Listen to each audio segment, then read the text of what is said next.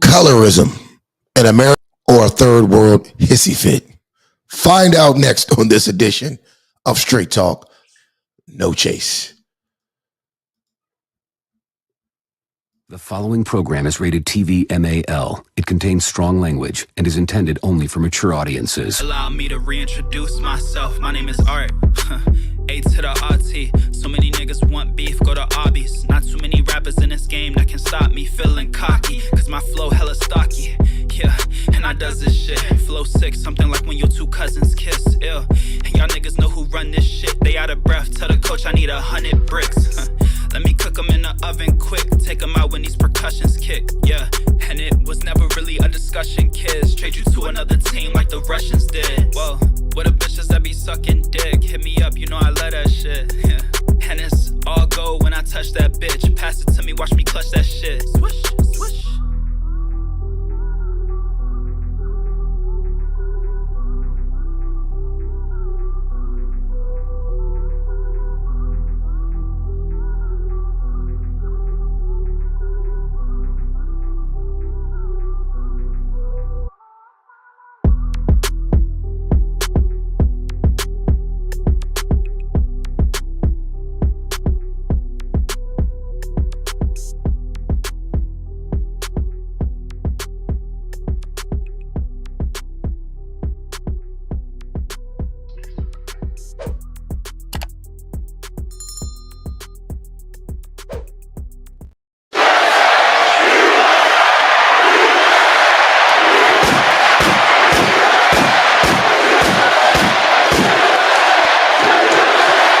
Ladies and gentlemen, welcome back to another episode of Straight Talk No Chase Live. I am your host / co-host Trip Simpson in the building, along with the good man Cosby Digital. We ain't seen this Joker in a while. Sir, what do you have going on? Hey man, I've been around. It's been maybe like a week or so. You know, Trip Simpson ain't been wanting that smoke. So man, ain't been doing all these shows without me, man. But it's all right, man. I'm back. Yeah, I know you. I know you would have had some smoke yesterday. I was cooking your peoples up. I was cooking your peoples, man. you be debating lessers. they are no match. Yeah, that's what's up, man. What you got going on, man? Man, the usual things we got going on. Shout out to everybody who popped up at Henny and Waffles, CIAA edition. It was crazy. We did about 500 at Baltimore Soundstage. It was epic. Check that recap. We're going to be in Charlotte this weekend for whatever they call the new tournament. They replaced CIAA. So I'll see everybody in Charlotte. Anybody in New York this weekend, pull up on me. I'm working. I got some gigs up there with the Guyana. No, not Guyana. I'm sorry. Well, it's on African independence events. I'm going to be shooting up in New York this weekend. Not Ghana. I'm trying to say Guyana. Ghana, they have some Ghana independence celebrations that I'm gonna be working with this weekend, Friday and Saturday. So if you're in New York, man, tap in with me this weekend. Oh, and pull up to Soul Karaoke and Bistro 55. That's what's up, man. All right, well, PG County. Oh yeah, that's the newest, hottest black-owned restaurant in PG County. My good man Bradley and Skinny. Just open it up. I'm helping them with their marketing and social media. So pull up and show them some support, man. Facts. I don't really got too much. I talked a lot of shit yesterday. Same old shit, just a different day. Still on a never-ending pursuit of ultimate capitalism, because that's what we do over here at Straight Talk No Chase. Like I said yesterday, I've spent the last 2 weeks, the 1 week in Mexico, 1 week in Orlando. Closed on the property in Mexico, about to buy a property in Orlando. And I do want to, hold on. Where you moving to Orlando? We're not moving. Short-term rental property. Okay. So, yeah, that game down there is crazy. So, you know, if you're into real estate, I would seriously consider checking that out. I'm getting my feet wet with this, Jazz is, flipping her mom's house, and I've been helping her with like the staging and doing the pictures, and so I'm really getting to understand of what it takes to really flip a home and really get in real estate. So you know, it gave me the real estate bug now. So I definitely want to get into it. That's something we want to do as a couple as well, man. Buy some homes, flip some homes. This is gonna be our first one. Shit, that's what's up, man. That's how you got to do it, bro.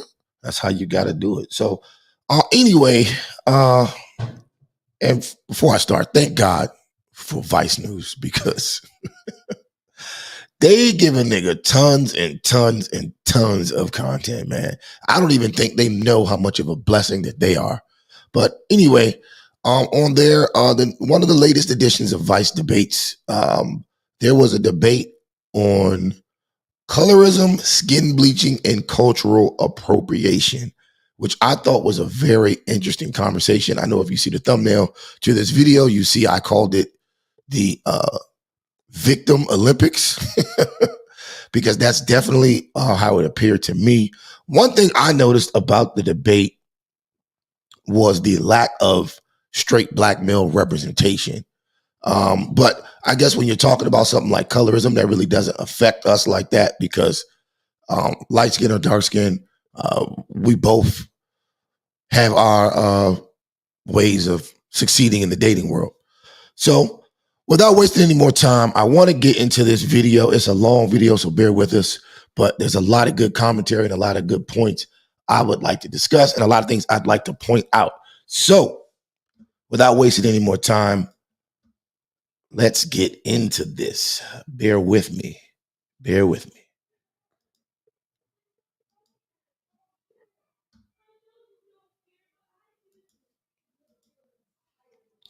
That is a very clear experience and example of colorism. Like, it is real. It happens. When like, you're lighter, people treat you differently. Like, that's First off, I'd like to say fair use, fair use, fair use. We are watching this show under the Fair Use Act. So please don't hit us with a copyright strike. Let's get back to it. I think this conversation really needs to center on why is it societally that being lighter skinned has very clear material advantages. Well, okay, in the future. Oh, far. A lot of pink today. Hello, everyone. I want to thank you for joining us today. My name is Alexis Johnson. I'm a correspondent with Vice News, and I'll also be acting as our moderator for today's panel. We first want to put out the disclaimer. Panels we talked about from another panel. Like it was one of these straight. Yeah, they bring them out. They bring them out every week. And I gotta check this out. Yeah, they bring them out every week. Though this will be interesting. That we've done our best to get you all here today of different ethnicities, different shades, different skin tones to talk about this topic, but we realize we can't represent everybody in this discussion, okay?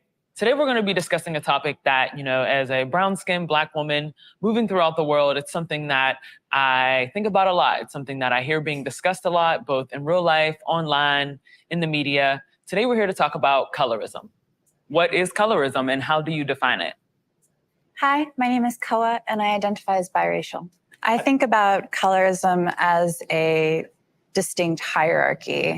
Now, one thing I want everyone to pay attention to when you're watching this video, watch how everyone except the lone straight Black male, and I also got to give credit to one of the gay males there, they're the only ones here who aren't making this some victim Olympic situation. They're actually giving credible dialogue to the situation and not just whining and complaining about things that can't be changed. That is anchored in a proximity to whiteness. Interesting. I think colorism is internalized racism. I got that thug in love. I'm Calvin West, and I am an American. Okay. Hi, my name is Maya. I use they, them pronouns, and I'm Black. So I actually think that colorism existed before racism, and the fact that historically, for example, if you look at Europe or Asia, like... Check her name, Maya Finot. I'd like to know.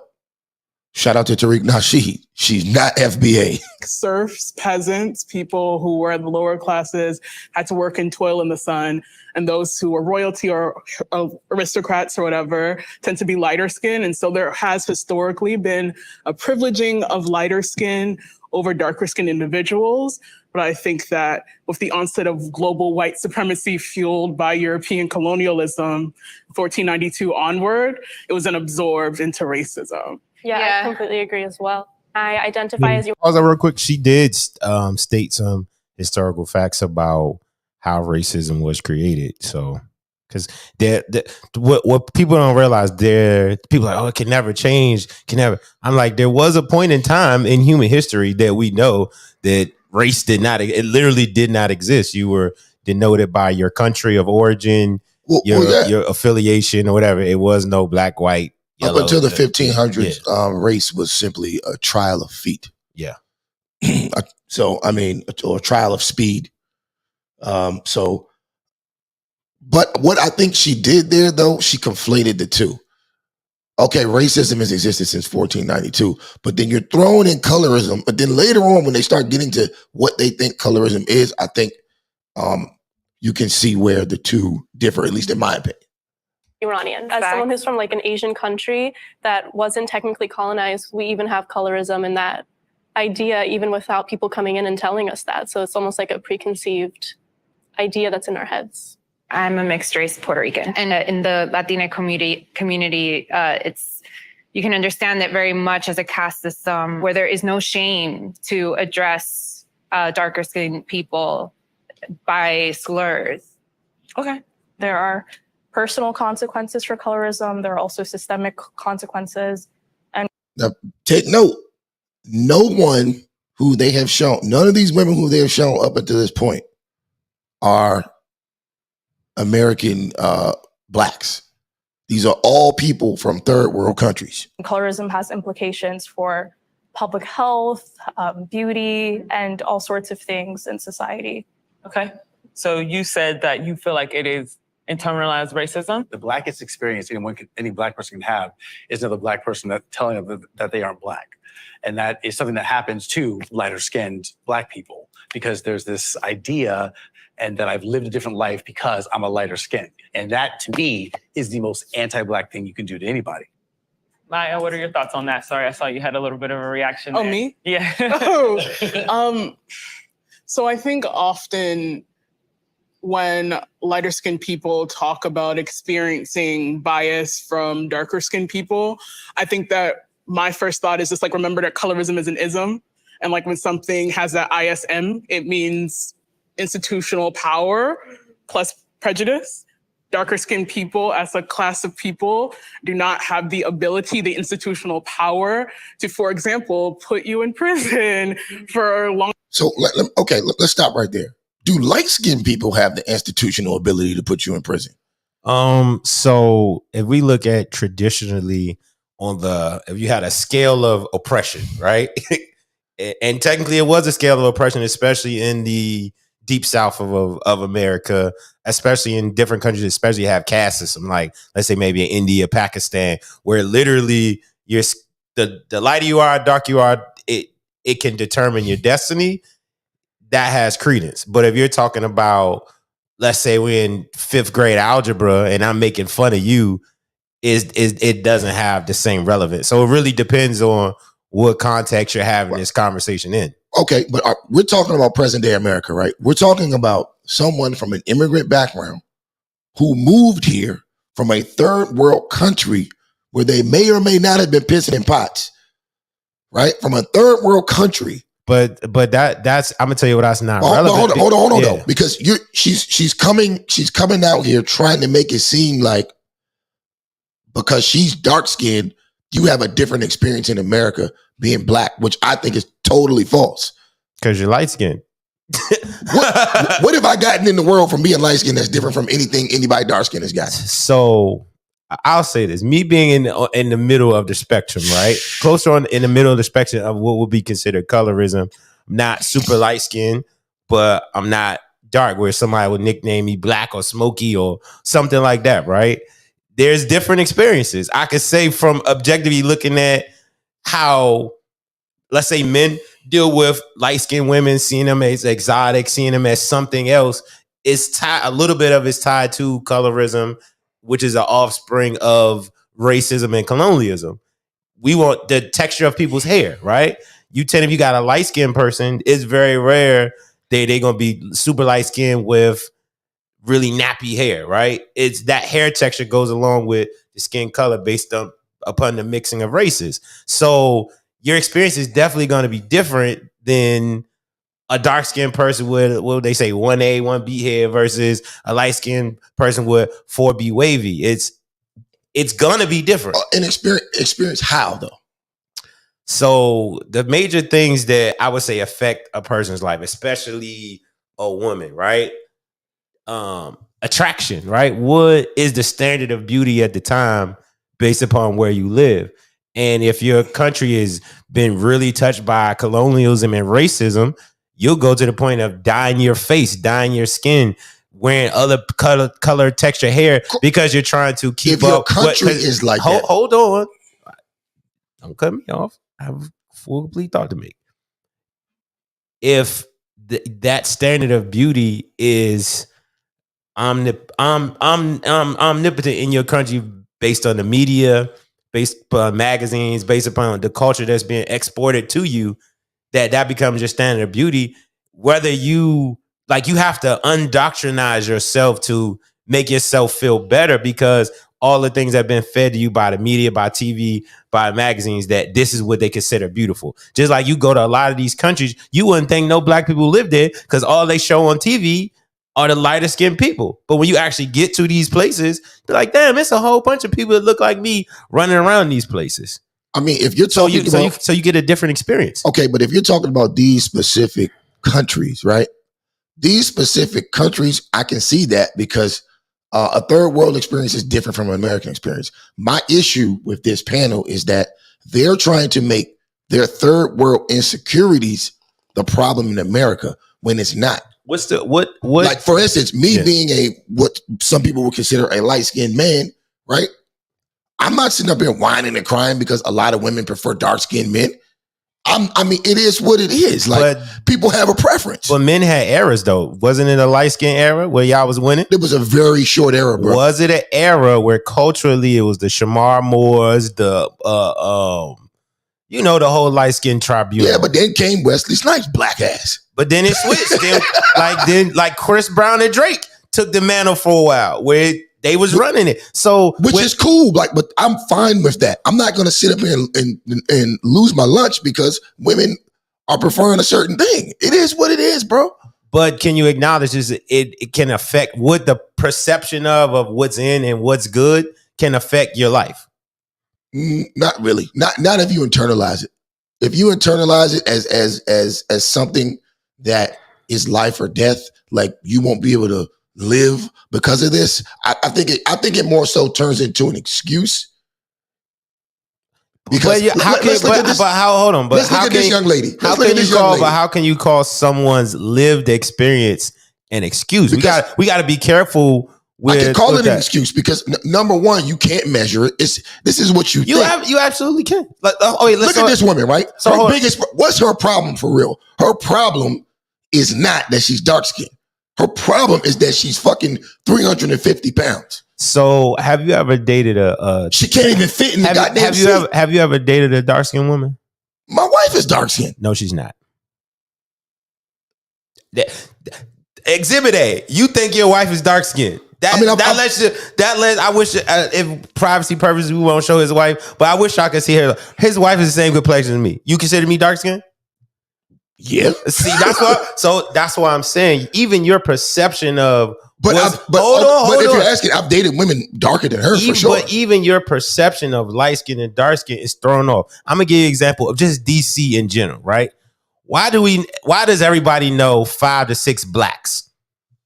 Because them niggas is black. So that's what I'm saying. So in DC, if you're hold on, let me finish. Because this is gonna kind of bring home with people. If you're under a certain shade of color in DC, your nickname or name is automatically black. Whether you wanted it or not, your name is black. There's niggas out here way lighter than me, but I'm automatic. I walk into a room with darker skinned people, I'm light bright. I'm salmon man. I'm all of these different fucking colors of whatever. It don't even bother me. Actually, I think it's quite funny. But so guess what? Guess what my experience is? I don't experience none of that. True. So I can be in the middle, objectively see how you get treated and then how they get treated. it's jokes on both ends of the spectrum because it's trauma behind that shit. Like we joking here, we joking there, but at the end of the day, it's a lot of trauma wrapped in it. Like we have people that's still alive. Like my great aunt, she about 90 something, right? She was one of the ones who could damn near pass, right? And her experience living life versus some of my other aunts who were darker skinned was completely different. Same family, same mother and father. But because she came out as the lightest one, hair texture a little different, her lived experience was different than my grandmother's, than her younger siblings. Because she was way lighter and she could damn near pass. I mean, I don't know. I'm in a family filled with these light-skinned Negroes. And to be honest with you, I don't really, I don't see it because there's some people in my family who are successful and there's some people in my family who are failures. I mean, I don't really see in the U.S. how a black person's skin tone really affects, unless you're so light to the point where you could pass for white, then I could see a major difference. But if me and whoever black are walking down the street and the police are looking for somebody, we're both going to get stopped. We're both going to be suspects.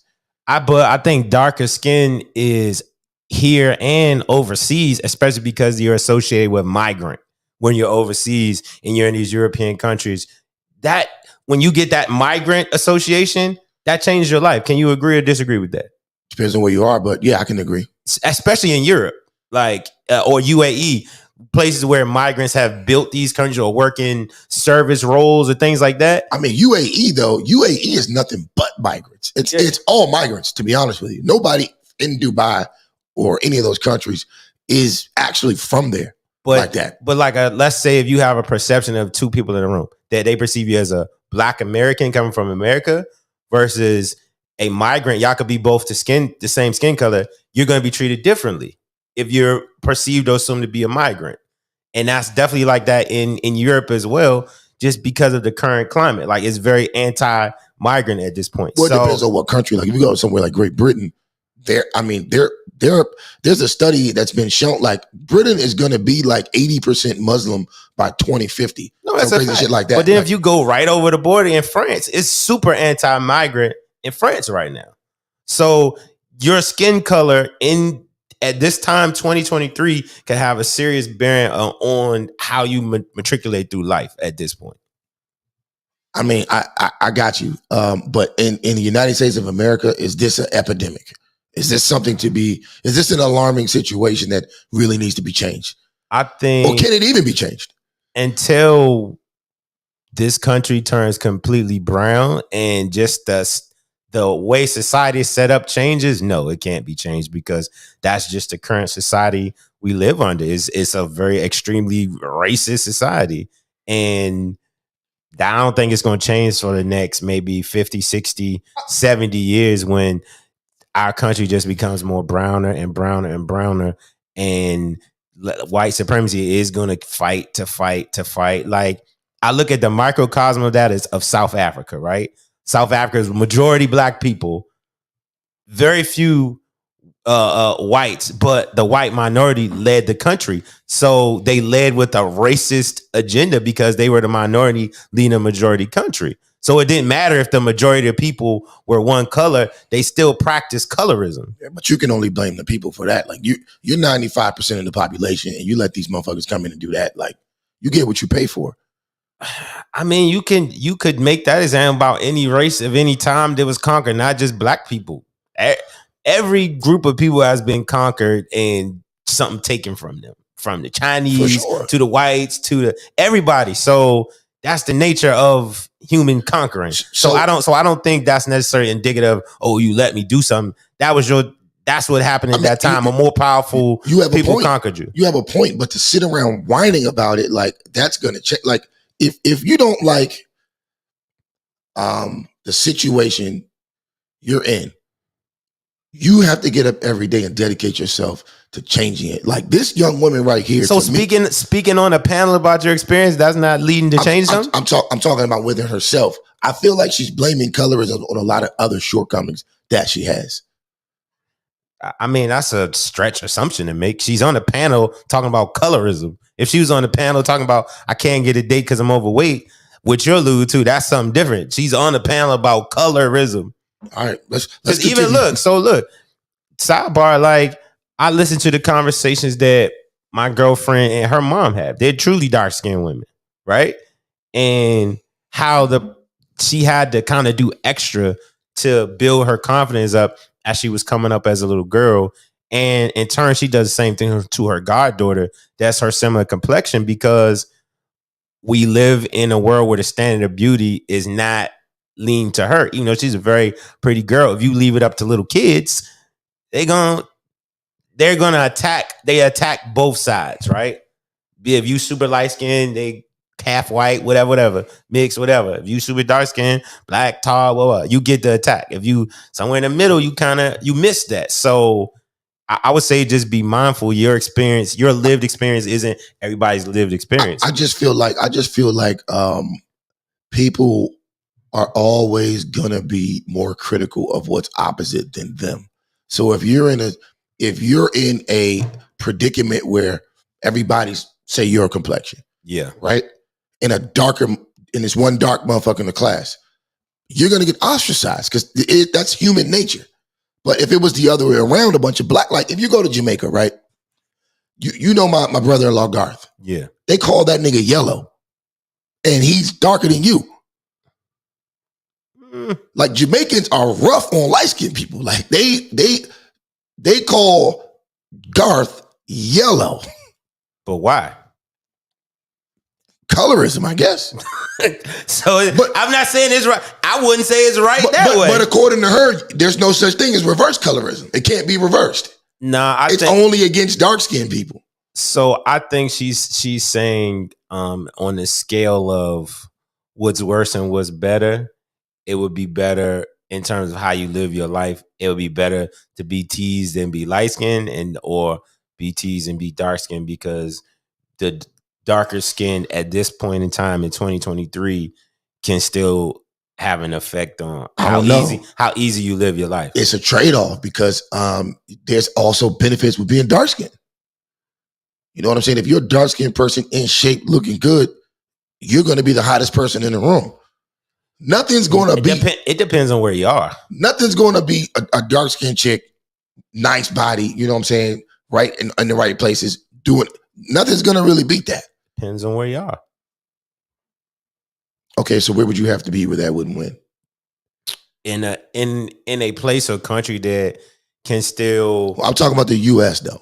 I will say it again, in the up north, where I want to say people are a little more culturally influenced, culturally relevant, versus in the South. I feel like the South is where you probably had the best time. Like if you a black ass nigga in the South, right? You might catch some jokes early on in life, but as you get older, you start getting in shape and all that. All the hoes are gonna be on you. But do you realize you just had to put all those qualifiers on it? What if they're not in shape? I mean, what if they're not the most good looking person? So it's almost like it's in reverse, right? So hold on. Let me finish. Yeah. It's almost like it's in reverse. As a kid, right, when you light skinned and people, like you said, are influenced by the media and all that shit, right? You don't catch as much flack, maybe, but the older you get, the more, like, the less you're going to be the hottest thing out, because shit changes. The pendulum always swings. But do you see how in your situation it doesn't have to be qualifiers, right? Like if let's say it's a big dark skinned girl, the first insult gonna be this fat black bitch. Okay. So what's gonna be my first insult? Not fat black bitch. If I'm a fat light skinned dude, look at this big fat red bastard. No, you know what I mean? That's what they gonna say. They don't, bro. Oh my God. It wouldn't be as frequent as using black as an insult to somebody. I'll give you an example. On my shift at work, right? We got jokes all day. As soon as I walk into work, here comes the white man. Watch what you say. Like, hey, that's pretty funny. It's jokes off the break, bro. That's pretty funny. I don't think it's right, but it's funny. I snapped. I told them niggas in 2023, I got dark skin jokes for all of you black ass niggas. So that's the thing. Like I told us, I'm gonna call you a fucking parole officer. See, it's wow, we can joke about it. Oftentimes we joke about trauma to lighten it, right? To make it less impactful. But if we keep it a buck, that's that colorism shit. If we're black, if you're a foundational black American, that shit is literally in your DNA. Yeah, but I feel like though in our culture, it's a little less about colorism because the age old saying, a nigga's a nigga in America. We should probably put ourselves back on the screen. We've been talking like shit that's been on the screen. No, it's all good. We need to play this. It was a long video. Longer sentences because of being lighter skinned or, having less access to employment. There's actual statistics where like a darker skinned person with a master's degree. Here's where I got to stop her. You know what? Let me let her play, then I'll stop. I'll let her talk a little more. Usually has less employment opportunities or is less employable than a lighter skinned person as a bachelor's. And it's not to say that like bullying is like, I know that hurts. Like it's like personal sentiment. I know that actually feels bad. But I think that it's important to remember when we're talking about whether racism or colorism or anything that's an ism, that there's an element of institutional power.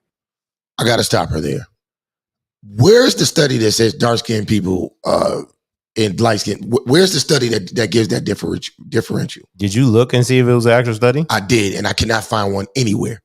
I think I can find one. You can find some shit that says black people and white people, but you cannot. There's no study. Because how do you even judge, right? How do you even judge on a fucking survey? Dark skin, light skin. How do you even accurately judge that? I mean, you can quantify people, put them in a case study, and look at their employment rates, dark skin versus light skin. It's very possible. It's very possible. So I'm pretty sure I can find that study, but without even knowing a study. I mean, because if you But let's use probable shit here, right? There are studies that say African and Caribbean immigrants, right? Second and third generation African and Caribbean immigrants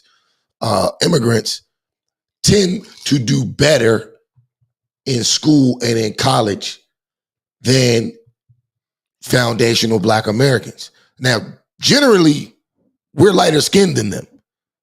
When you talk about the more darker people in our culture, it's going to be an African immigrant and it's going to be a Caribbean immigrant.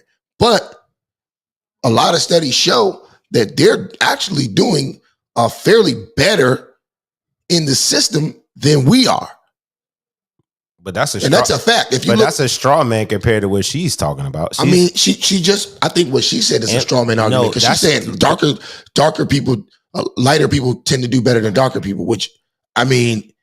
So if you look at the legacy of colorism in America, lighter skinned people were positioned better, right? Yeah, but the reason why these lighter skinned people were tradition matters too, because a lot of these light skinned people who were positioned better were also offspring of the white folks who were in charge. So I mean, but that matters.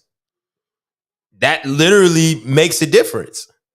So if your descendants were maybe traditionally would have been an offspring, like they have in the boule in right, but hold on. But that in term is nepotism. That's not necessarily colorism. That's nepotism. But it's nepotism through colorism.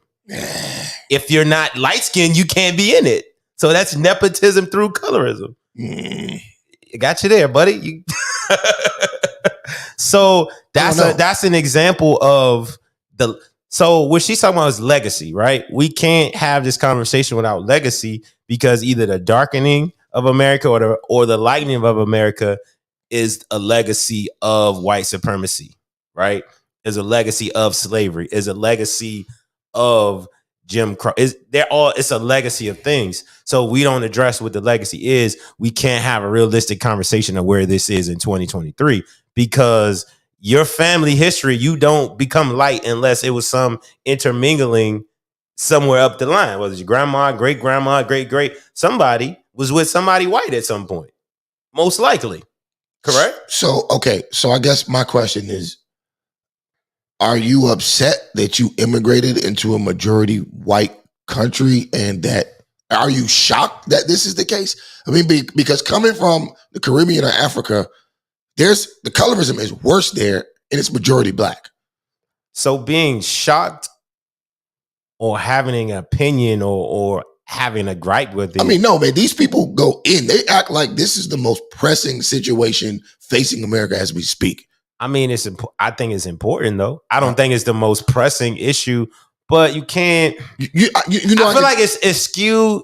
I see where you're going with it. I can prove to you. Well, I can't really prove it, but it's a panel about this, so they not gonna be talking about other world issues if it's a panel about colorism. But this is what Vice does, though. Vice does little shit like this.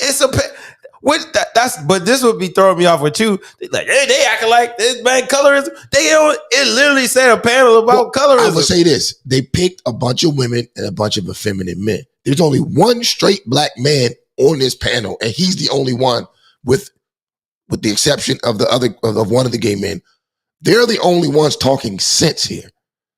So what are they saying? The rest of let's see what they're saying. We got a long. This is long. Let's watch it. That is added on to the prejudice. I do feel like when darker skinned people express their frustration to like, I got that thug in love. We got one. Darker skinned people, that their lives might be different, harder. I think you sort of have to acknowledge your privilege, or else it's very ignorant. Even though we're both black. What specifically does that mean? Like, I've had experiences in my life that have not been great. And I can assume that it's because of the color of my skin, right? We talk about these ideologies, right? Which I think we get lost in sometimes. And we have to just bring it back to reality of like, well, let's talk about your situation for a second. How has it affected you specifically? And the answers that you get are, I didn't get an apartment, I didn't get a job, I didn't get that promotion, which happens to everybody, right? They can always talk about somebody else and what's happened in history, but they can't talk about their own lived experiences. And that's important. I have plenty lived experiences. I mean, we could go from like... Is that the straight guy you say was talking sense? No, he's gay.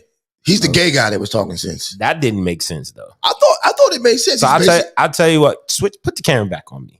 Put the camera on me. Here we go. You a fucking prima donna, Put the camera on man. me, bro. Here you go. Put the camera on me. I'm going to tell you why that didn't make sense. He just said people can't explain their lived experiences before even hearing any experience that dude had about his experience. He wasn't talking about him specifically, though. Was he talking? But what was he talking about? Light skin versus? Because is he considered a dark? Let's go back. Let's get it back. Let's clarify. Because I think you might be jumping the gun a little bit.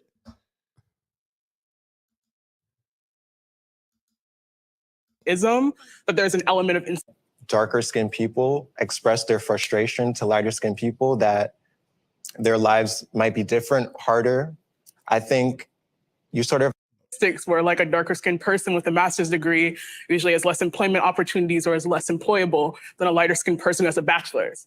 And it's not to say that like bullying is like, I know that hurts. Like it's like personal sentiment. I know that actually feels bad.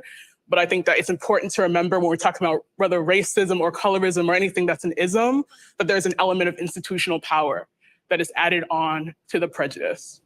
I do feel like when darker skinned people express their frustration to lighter skinned people, that their lives might be different, harder.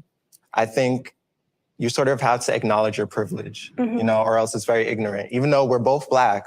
What specifically does that mean? Like, I've had experiences in my life that have not been great. And I can assume that it's because of the color of my skin, right? We talk about these ideologies. Let me stop him right here. Basically, he's saying is, how do you actually codify that? Because he's saying, I've had experiences in my life where I've failed.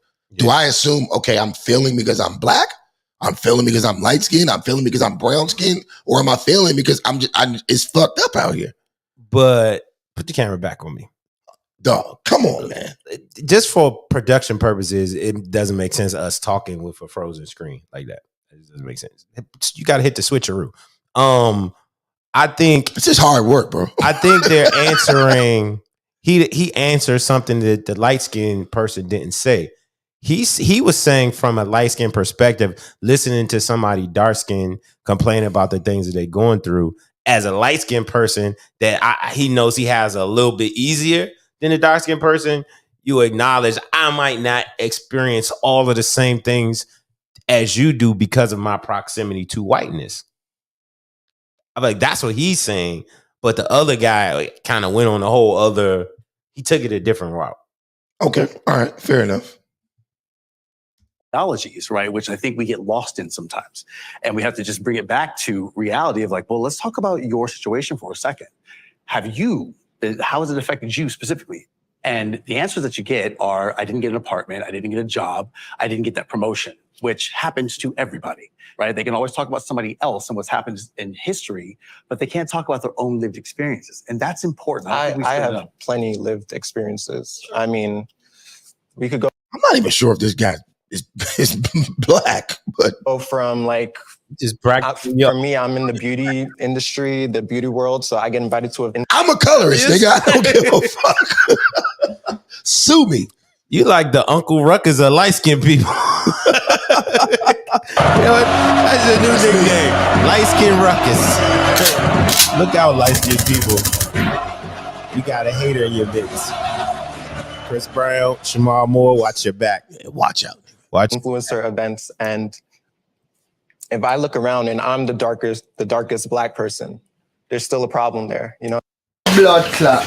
And I mean, that's a perfect example of that. And you might not realize it, but white people, lighter skinned people, they might be more willing to approach you because you are of lighter skin. That's another personal thing that, have you realized that? Yes, I can acknowledge that may be the thing. Here's the other thing that happens. The other side of that, the other perspective on that is that I've done a lot of things in the acting world. I've missed roles because I'm not dark enough. And there's a lot of black people who don't know that. They have no idea that your skin tone is actually highly sought out for. But I feel like that's acting. You know, they're looking to fill a specific role. That's a good point. He murdered him right there. I will give him that. I will give him that. He murdered him right there. Whereas if you're just applying for a job, you know, a lighter skinned person might get that opportunity over a darker skinned person. I don't know. I've lost plenty of jobs to dark skinned people. Have you? I have, actually. You ain't even had that many jobs, nigga. I've had plenty of fucking jobs. 5, maybe? I mean, I applied for a lot of jobs. Applying for a job and having a job is two different things. I'm just saying. Like, dark-skinned niggas work harder, man. I get so many personal testimonials from young, dark-skinned Black girls who are very detailed about how colorism affects their life. So obviously, colorism is a systemic issue, but I think an important part of it is the personal battle like young Black girls endure. These girls are being bullied. Some are as young as 14, 13 years old, having really like mental health crises in middle school. Like, there's also so much research about how colorism shows up like systemically. Like, there's research on public health and the different health outcomes darker skinned Black people have as opposed to lighter skinned Black people. And there's one about pulse oximeters like being used during COVID and how the devices have a harder time registering dark blood clot. I gotta stop her there. This was the stupidest example of colorism I've ever heard in my fucking life. As a medical health professional, I can guarantee you pulse oximeters do not discriminate. If they, let's just say she's right. Let's say they do. Maybe by a millisecond. Maybe you put the goddamn thing on your finger, as long as you don't have on Shaniqua fingernails, it'll get your oxygen rate that quick. I don't like how she just tried to tie colorism into COVID. So what you're saying, you're not sure if that's the case. I'm telling you, that's not the case. No, you said I've stuck pulse oximeters on white people and the shit didn't read. I've stuck pulse oximeters on Black people and the shit didn't read.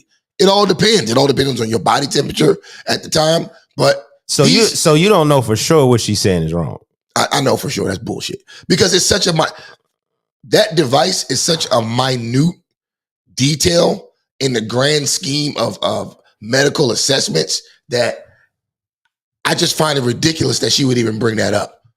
Pulse ox machines don't discriminate. I mean, for somebody who has asthma, that machine is important. It's important, but at the same time, I'm telling you, for somebody who has asthma, that machine is important. They're accurate. But I'm telling you, that machine, you say it's not. They work on Black. I'm just saying they work on Black folks. But can you say for sure what she said is not true? That it has a harder time reading dark-skinned people. I can say I put a pulse ox on at least 10,000 people in my fucking lifetime. But did you pay attention like in the moment, like, black? Did it take 3 more seconds to work on black versus 3 more seconds to work on white, 4 more seconds to work? Did you actually pay attention to it? Come on, bro. That's ridiculous. I ain't saying it's fucking ridiculous. It said not as good. That's fucking ridiculous, bro. That's a weak ass fucking point. You're blaming at this point. Now you're just looking for things to be a victim about. Even with you're blaming the pulse ox? Even they had to. I know this for a fact. They had to fix the facial recognition software because it wasn't reading black people. That doesn't have nothing to do with the pulse ox, bro. Now I'm just saying. You said that was a weak example. I was giving another example, right? One of the funniest things, right, that I like to see in the let's speak of the medical profession, right? I see dark-skinned Band-Aids now, right? You know that wasn't a thing until like the last 5-7 years, where you can go like we could. Well, see, you ain't have to worry about that because you're Band-Aid color, but you. but that's an example of stuff you never had to worry about. You're a Band-Aid color. Within the last 5 to 7 years, the company Band-Aid has brought out dark color Band-Aid. Okay. Because if you look at how a Band-Aid look, it's meant for you not to see it on your skin. But if somebody darker than you wears a Band-Aid, first they ask, nigga, what the fuck happened to you? You got all these fucking bandages on you. You immediately ask. So that's an example of like so now now the Band-Aids are racist. No, it's just I took note of, damn, I got a Band-Aid this my skin color. Because like I said, up until maybe 5 years, 7 years. You got a Band-Aid now, man. It's nothing you can't accomplish now. See, that's one thing you light-skinned niggas never had to worry about. Band-Aid my color? Yes, it is. Slap it right on. Everybody ask you a bunch of questions. Nobody wants your black ass Band-Aids. See? And you can imagine the implications for that. And you better watch out. Them shits probably don't heal cuts. Black ass Band-Aid. We know that the Black community has been disproportionately affected by COVID in terms of like deaths. I don't think that evidence can be divorced from the anecdotes, because the anecdotes just supplement that evidence. They help put that evidence into context. And I'm so fascinated by the growing scholarship around colorism, because I think it's about time people treat colorism with the same seriousness they treat racism. Bingo. That actually has some validity, because it's like, that is the most retarded shit I heard on here. I don't know, because so now fuck racism. Let's talk about colorism. That's not what she said. She said it needs to be treated with the same importance, which I don't think it that does. Didn't mean she didn't say. You literally mischaracterized exactly. She said exactly what she meant. The devices have a harder time registering darker skin, and you can imagine the implications for that. And we know that the Black community has been disproportionately affected by COVID in terms of deaths. I don't think that evidence can be divorced from the anecdotes, because the anecdotes just supplement that evidence. They help put that evidence into context. And I'm so fascinated by the growing scholarship around colorism, because I think it's about time people treat colorism with the same seriousness they treat racism. Lamar, what are your thoughts? When you come with statistics like that's the kind of supporting arguments that we need, as opposed to kind of moving away from the anecdotal, in my opinion, right? Because we're talking about something so big and so huge that affects everyone who is alive. I'm in the middle, colorism exists for sure. I just think there's a lot of confirmation bias in our personal experiences that might drive us right to that term when it could be a number of other things. Like being too, never mind. But she's talking about how particularly darker skinned women engage with structures, engage with power, engage with institutions. Per that exact point, there are continuing studies that show that in instances in which darker skinned women do report intimate partner violence, domestic partner violence, bruises on their body, strangulation marks are harder for police to see, nurses to see, physicians to see, because a lot about how they are The Victim Olympics. Let's go, man. Are trained and the way they interact with those victims. So is that a fact or a non-medical fact? Bro, I'm not gonna argue that that's a fact or not, right? But that's not even the point. That is a point. It's like, okay, you live in the freest country in the world. Like, you could go back to where you're from. I would disagree. America is the freest country in the world. Okay. Would you argue maybe Canada? Yeah. They wouldn't be free if we didn't exist, nigga. But Canada's real free. The Netherlands, Sweden, that's a lot of countries. Nigga, there wouldn't be no Canada. And we also have... Hold on, though. How do you know how black people get treated in the Netherlands? We also have... I'm saying free versus non-free. We are the prison capital other than dictating countries. We are the free world's prison industrial complex capital of the world. I mean, especially for black people. And we're speaking in the context of black people. As a black especially person, for black people. As a black person, as a black person in the world, there is no other place you can be as a black person in the world where you would have the opportunities that you would have in America. So period. You see how you just switched freedom to opportunity? It's the same thing. It's not the same thing. Okay. I can be way more free somewhere I have less economic opportunities. Like, so does that make you free? I recognize the economic opportunities I have in America, but I also recognize at the same time my risk of incarceration, my risk of dying by gun death, my risk of dying by some type of violent act is way more higher here than in other places. So I make the trade-off for having economic opportunity, but my life being in danger. And I fully recognize that trade-off, but I'm not going to act like it's not a trade-off. I bet you Brittany Griner will never kneel for the anthem again. Yeah, see, we going to the straw man. I'm just saying. When facts are facts, it's dangerous to be a black man in America. It's dangerous to be a black rich or poor. It's dangerous to be a black man in America, but we have to acknowledge that a lot of the reason that it's dangerous is because of us. That's not a fact.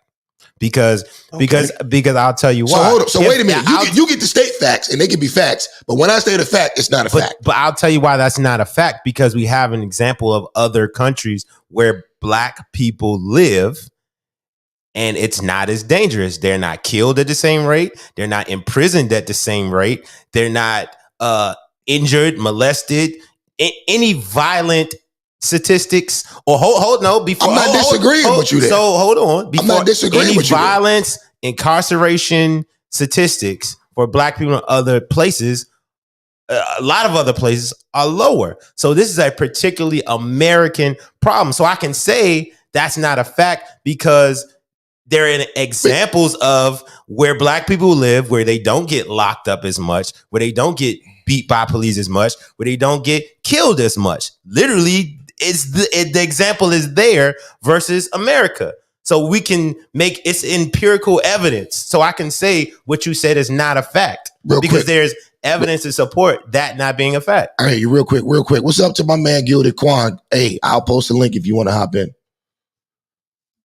Go ahead, Quan. I just had to make that's what you said was not a fact. So I mean to respond to what you're saying. I'm not saying that black people are living with less likely chance of being murdered in all those places. I'm saying the reason that you are like that in America present day is because of niggas. Niggas are killing niggas here. America created the niggas. Okay. But at the same time, we have to live with that. And then going forward, what are we going to do about it? Malcolm X said it best. America's chickens are coming home to roost in so many ways in our generation, right? The violence in our city is the chickens coming home to roost from the Reagan era, trickle down economics, drugs flooding the street. We're seeing the chickens come home to roost in our youth right now, a generation of mothers and fathers that had no guidance. Father was gone, locked up. Mother was on drugs. These are their offspring that we're dealing with right now. People are like, why are they so crazy? They was raised by a bunch of crazy motherfuckers, either on drugs, just getting off drugs, or had no supervision because of drugs. So who did the drugs though? Who put the drugs in the community? Who did them? how did crack? Because we in Washington D.C. The CIA put the crack in black neighborhoods. Who did the crack? Black people. Okay. So in what era of any time in history where substance abuse were introduced to a people, it didn't ravage the people? Who did the crack? No, I acknowledge that, but can you acknowledge what I said? When the Europeans put opium into China, did it ravage their society? Look at China now. That's not what. Can you answer? How long did it take China to get back to be honest from with you, opium? I'm not even gonna hold you. I don't know nothing about that. So let's give a quick history lesson because you like to bang on black people. Like I don't like to bang on. I like to hold us accountable. You need to learn something real quick. So anytime a population is introduced a substance to destabilize the population, it works. Remember when the Europeans came up here, gave Native Americans all the liquor they could drink so they could steal their land? Did it help decimate their population? And I blame that. Yes, it did. And I blame that on the Native Americans. When the Chinese, if you lose a war, you lost the war, when bro. The Chinese, I gotta be a man about it. But I feel like you try to make it a uniquely black problem when it's not just a black problem; it's a human problem. So we start looking at things where you're saying, "Oh, woe is me, we pitying us." No, we need to look at. If you don't make it a black problem, then black people will just keep dismissing it like, well, everybody does it. It's our problem. No, we need to take the accountability and reverse it. No, we need to look. Or we could just keep chalking it up to the white man and keep on living the same way. Fuck that. I'm not doing that. Or we can look at how other cultures push the white man out after they ran the same play. Because this is the white person, the white man did this to all the other societies, right? So you don't know how the Chinese got the drugs out of society, right? I have no idea. I don't know this story. Wouldn't that be something to know that if they were able to do it, how can we figure out how they did it? And apply the same lessons. How did they do it? They went. Remember China went in their period of isolationism where they cut everybody off. They didn't talk to no country, no diplomatic, nothing for almost one whole generation. Okay, I'll give you that. So you're saying to get out of certain problems, we should follow what China does. We need to look at what worked. Okay. And how do we take solutions from civilization? Like I feel like the Native Americans never got it right. How do you feel? They never got back on their feet. How do you feel about China not letting any effeminate men on television, making boys go through masculinity training and completely banning TikTok and any references to homosexuality to the children? I think. How do you feel about that? I think China has always leaned towards authoritarianism, and that works for them and their people because there's so many fucking people that the way they govern their society is gonna always be slightly different than us because you're governing like billions of people versus some millions, right? And they are a ethnic state, right? Where pretty much everybody there look the same, talk the same, eat the same, does everything the same. So the way you can govern a country like that is different than the U.S., which is a melting pot of several cultures, So if it's different, places. why would you use that? Why would you use that example? So I'm talking about how they got rid of drugs. You switched to another straw man argument. Those are two different scenarios. I'm just asking you. Should we do everything? Should we do everything that China do? I explain specifically what plan we should follow. So don't then come back and ask me, do I think we should do everything China does? Because I explain specific situation that we can learn from China. Okay. How they expel. So it's good to do what China does when it suits your argument, but when... No, it's good to do what China does in situations that are relevant to what we're talking about. If it's about expelling drugs from the society, they went through a situation where colonial powers introduced opium into their society to weaken them to be able to take over and colonize. But China has a whole country where they can say nobody can do this or you're going to jail. We don't have that. At the time when that was done to their country, they had a like monarchy or authoritarian rule, but it was superseded by the drugs. So if their culture is so great and they can stop anything or do anything, how come they couldn't stop that?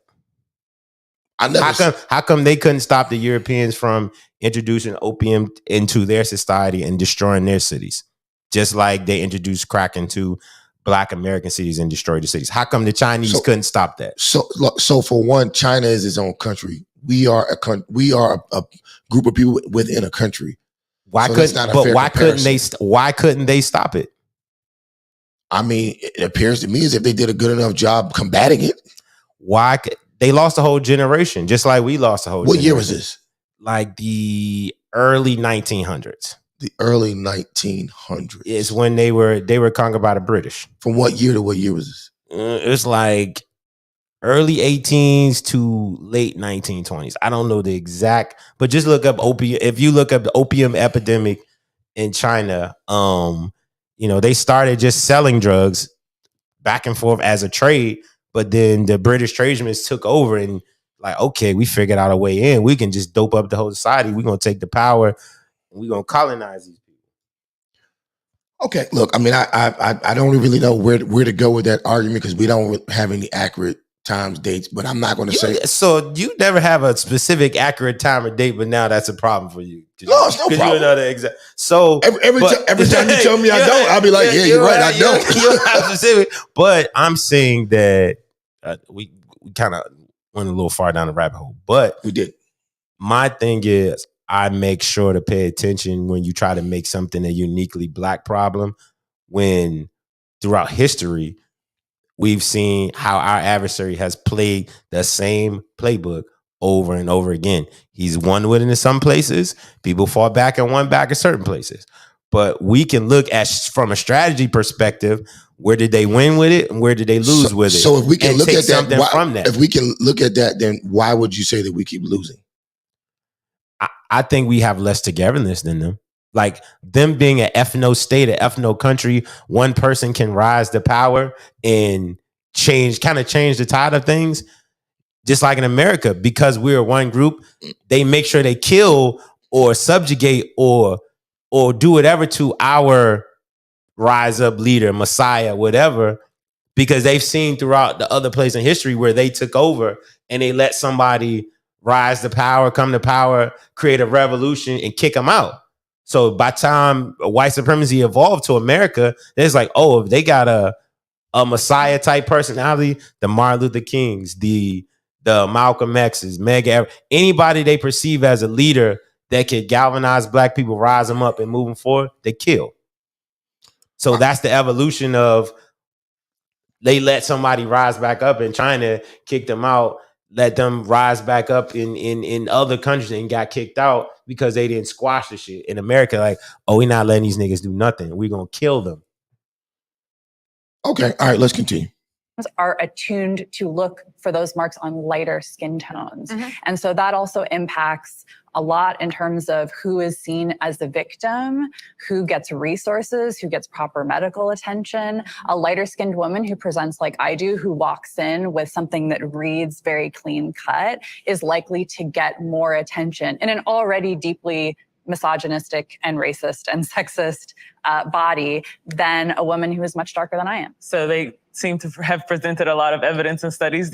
Are you changing your mind at all? As well as self-lived testimony, as well as anecdotal evidence. It goes back to how you feel about yourself. I feel like it sounds like you're saying racism is like a choice almost. How you respond to racism is, absolutely. And I know that that's facts. I agree with him. How you respond to it is a choice. Absolutely. It definitely is. And I think that's what a lot of people on this panel are missing. comfortable, and I love it. This is my wheelhouse. Trust me. How you respond to racism is a choice. I'm here. Oh, real quick. Shout out to Gilded Quan. He says they no longer kill Black leaders, fam. They just pay them off. Good point. Great point. Particularly on this side of the room, this idea that you can make an individual choice outside of the context of history, culture, politics, structures. I don't believe that personally. I think when anybody buys a certain product, styles themselves a certain way, decides to not style themselves a certain way, read a certain book, use certain words in a job interview, approach a politician, I think all of that is informed by history, literally all of the time. That's fact. We don't want to talk about anybody's individual experiences of it unless it's an experience that is affected by colorism in the way that you guys are comfortable with it. Colorism also happens on the other end. When I talk about the internalized racism and how lighter skinned voices, they don't get heard, they don't get pushed out there within the Black community, that I get eye rolls, I get, people, there's a reaction to that is very negative and not and not welcoming. And I'm not in the business of denying people their lived experiences. Like, who am I? But I think we can also acknowledge that those things happen. Like lighter skinned people have like certain experiences where they feel invalidated because of their complexion. And we can also can you acknowledge that colorism affects lighter skinned people? There's no such thing as reverse colorism. Same way there's no such thing as reverse racism, reverse sexism, any reverse ism. That's what I believe. Okay, and that's your opinion. I respect it. That's I your opinion. agree in the sense that the experiences you're talking about that circulate around like all this coded language of like you're not actually Black or you're not Black enough or like, you know, quantifying. Which also happens with white people. I just want to let finish that. speaking. Yeah, I'm sorry. I just want to add to your point. Go ahead. I have experienced versions of that myself, and I do not consider that to be colorism. Colorism is distinctly about a system and resources and visibility and autonomy within those systems. I got to stop it right there. I mean, these people, I'll tell you what, everybody on this panel is good at word salads. That wasn't a word salad. Oh, no. It's word salad going around. They're passing it around everywhere. I disagree because Hold on. Let me get my point out. Because the point is not word salad. I'm just insulting them because that's what I do.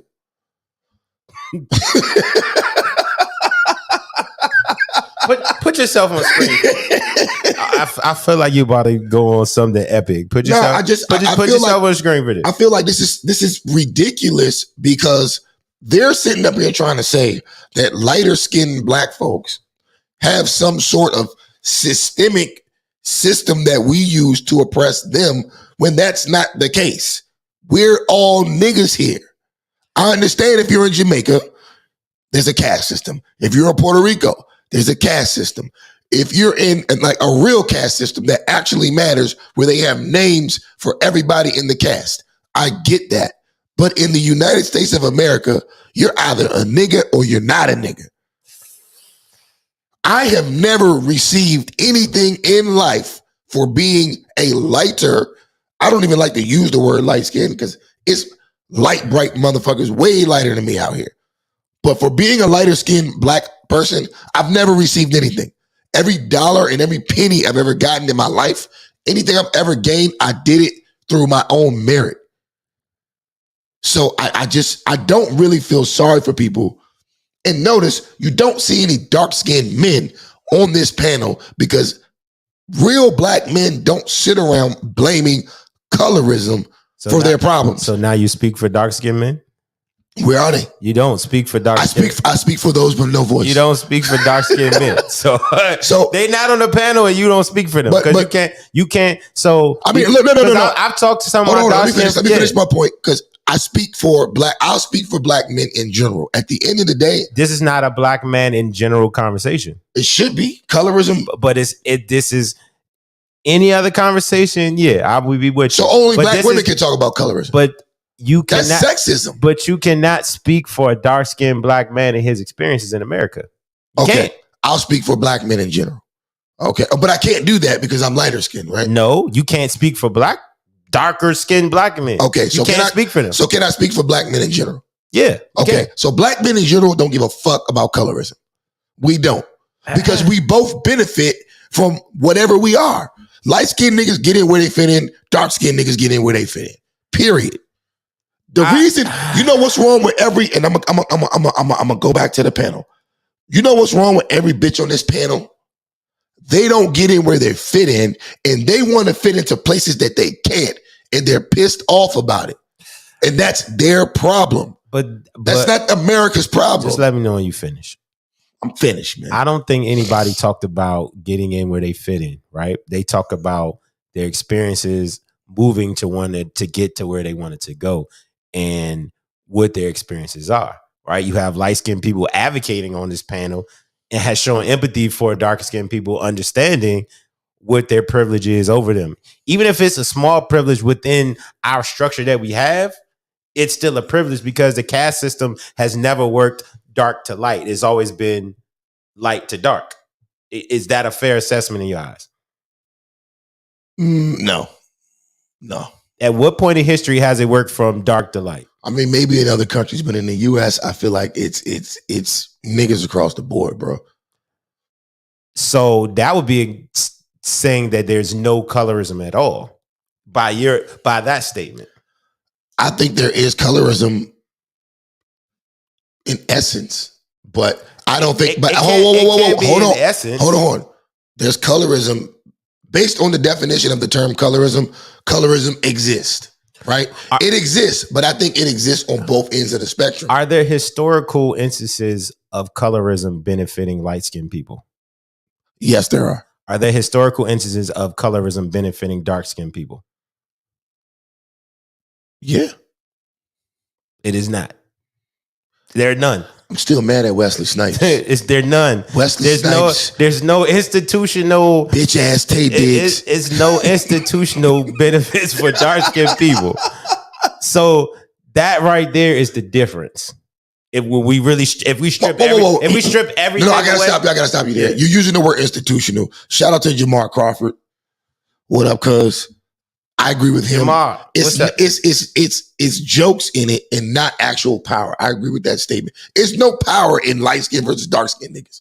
I don't have any power over no dark skin niggas. This was like a Fox News moment when the Fox News anchors, they have a truthful moment and then, oh fuck, I'm on Fox. I gotta jump back. You jump back real quick because you had to answer the question honestly. We can point to historical instances and examples where being lighter skinned has made things easy, even though if it's still fucked up for black people, there are institutional things that have made it easier if you have proximity to white, right? That they're documented. There are no documented instances of it being in reverse, where the darker you are, that gave you more privilege in American society. There are no instances of that, period. So when we really strip all of these little things away, that's what it boils down to the essence of. And a lot of institutions, situations, people's thinking have been piled on that very fact. And we said it earlier in the episode. The reason why, and we got to get down to the nitty gritty, is because that normally generated from a relationship with a slave and a slave master. So the slave master's kids will have more privilege than a normal slave would. But I mean, and every light-skinned person's genesis in this country, or not every, but the majority would be from a relationship of the slave and the slave master. If you were imported from Africa, they didn't import any light-skinned people. Let me tell you something. Hold on. There's nobody, right? The average light-skinned person, or what's considered a light-skinned person right now, does not know a lick about no white person in their family and don't know white people give a fuck about them either way.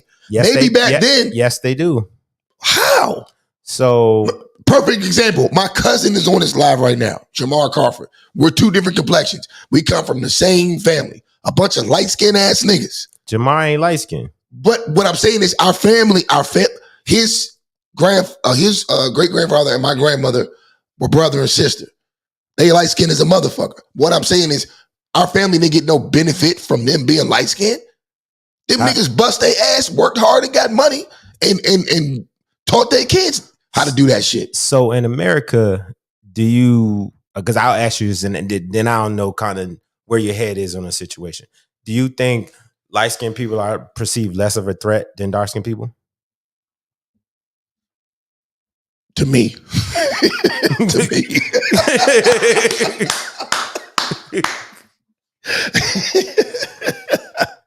But it all depends, man. It all depends on the person. But okay, maybe, yes. If you see a cool, like I can even see this scenario, man. But I don't know. It depends on the person, cool man. Light skin nigga with the wave back, you know what I'm saying? He just look like an easy breezy.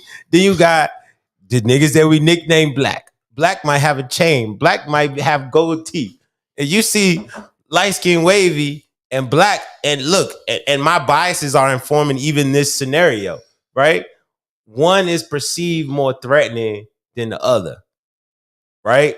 So perception equals reality. So if one, even if it's not the case, the light-skinned nigga could be Iceberg Slim, a cold killer pimp, beat women up, whatever. But he's going to be perceived less of a threat to white people. Not to us internally. Now, actually, even to us internally as Black. It's even a thing. Like, you let that old light-skinned nigga talk to you. Like, it's a thing that when you associate like smoothness, like it's literally a thing in our community. Like, is jokes it a are big made. deal? It's not a big deal when we're joking.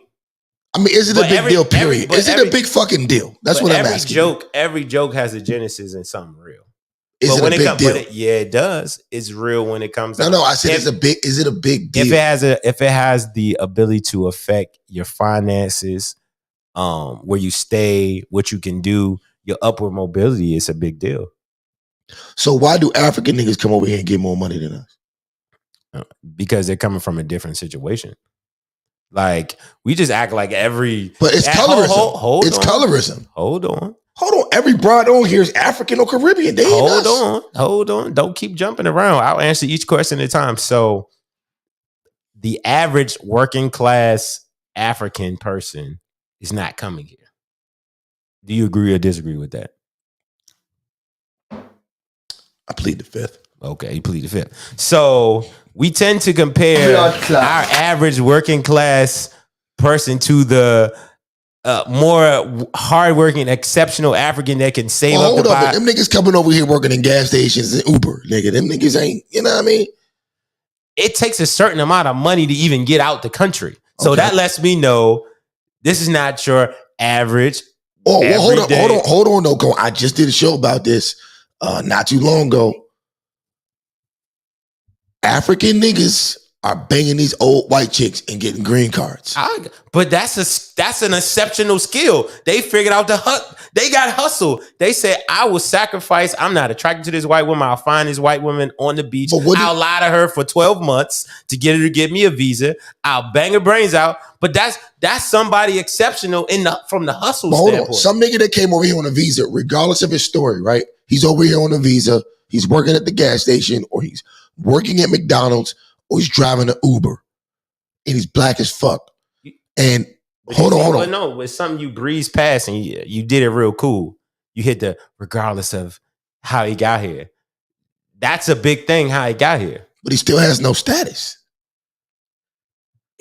Once you get here, we're damn near on equal status. But they come with a mission, like, we getting all of the hustle. So is the problem colorism or the fucking mission?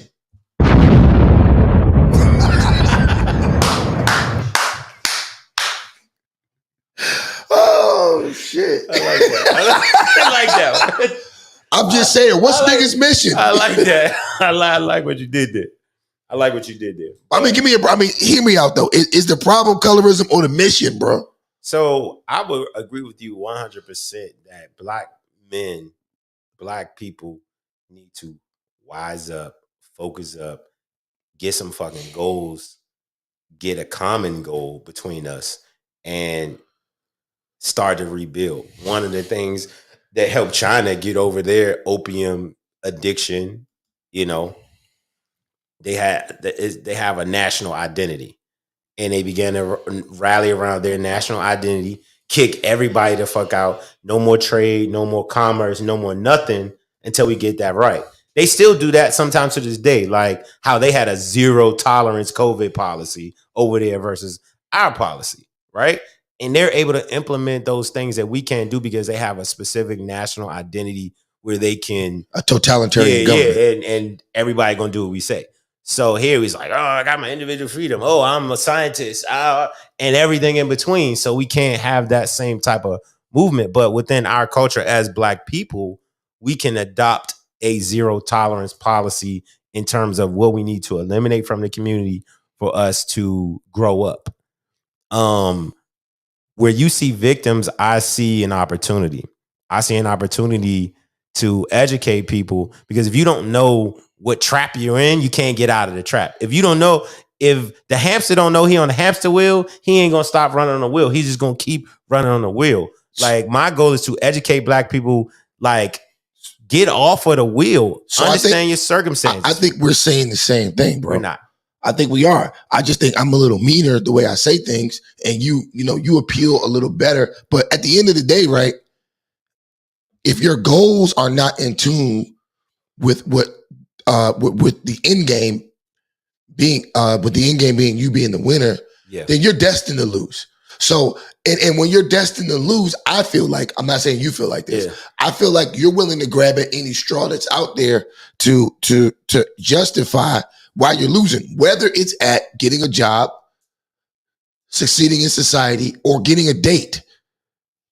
You're willing to grasp at any straws that are there because a lot of people just can't accept the fact that they aren't doing their best. But you can never discount somebody's like experience, right? Because I'm a super hustler, right? You know, you make fun of me about being like, you just be doing so much shit. Like, I don't ever want to go back to work in corporate America. I want to maintain a certain level of lifestyle. So I got to do what I got to do. I'm not afraid of hard work. But I also can understand my lived experience. I've put in job applications. They read my name. Hey, y'all, my name, Cosby Digital. My real name is Cohen Powell Cosby III. They read my name. And when I show up as Cohen Powell Cosby III, they're looking like Cohen Cosby. And I stand up, they're still looking around the room. Like, oh, this nigga Cohen Cosby, we fucked up. So I can have all the hustle in the world, all of the fortitude, the go hustle, the go get, but racism can impede my progress in my current society. And I can acknowledge both of those. But I think that's an excuse, though. That's not an excuse. I think that's an excuse because if you show up Cohen Cosby, the black guy, right? But now, granted, you may have to do a little more extra than what everybody else does, but no, I'm talking about a scenario where I thought you were going to be a white Jew, and because you're not that, this is going to go completely different. Okay. But what so it's not a merit or not. It was, I saw the name. This is the kind of person I wanted. When you showed up with how you look, regardless of, I know I was qualified. So if you think if you were light skinned, you would have got the job? No, I think if I was white and Jewish, what they were expecting. So is that colorism or what is that? Or if I was light, but I'm saying you cannot discount someone's experience, like what they experience based upon factors of race, color, creed, because racism and colorism, they're cousins. Shout out to Jamar. He says Cohen sounds black as hell to me. That means you're a dumbass. How many black Cohens you met?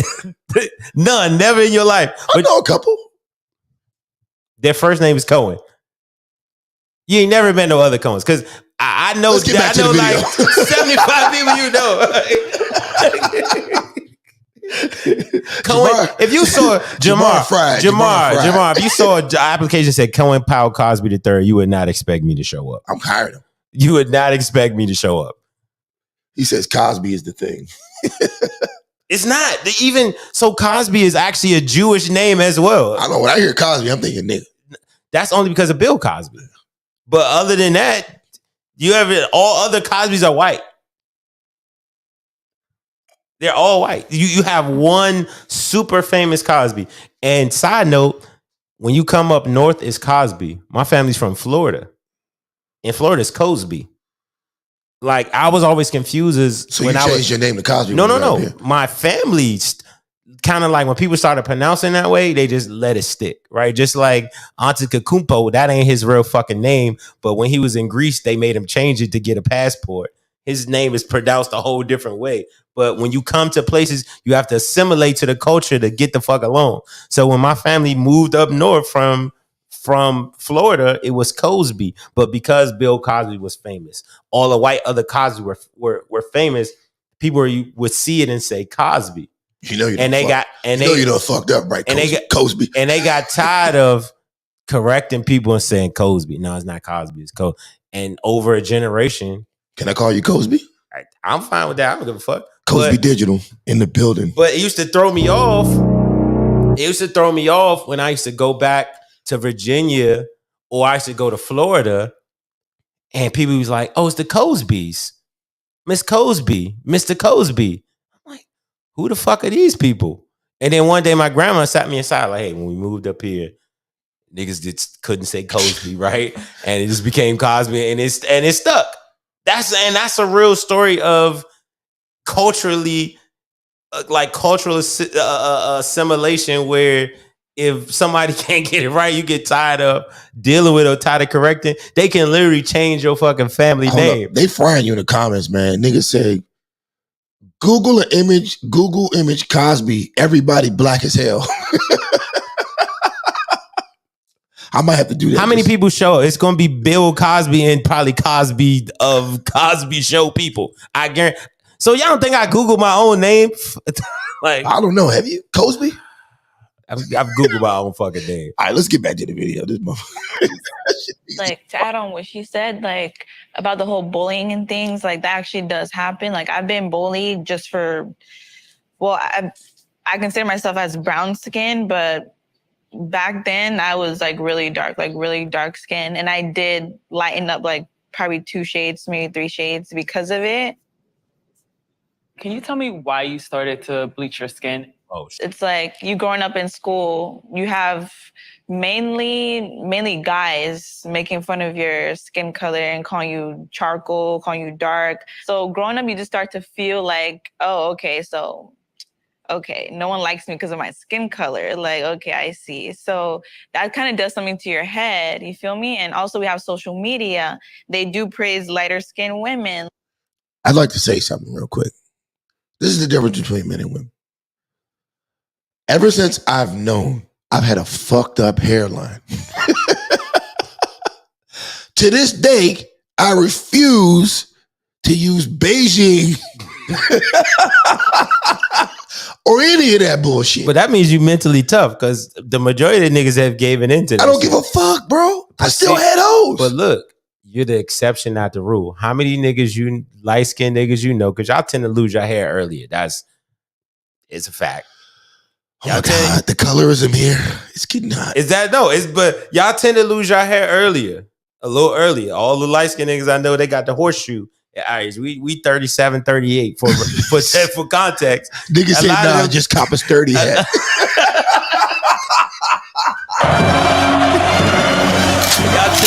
Y'all tend to lose your hair a little earlier.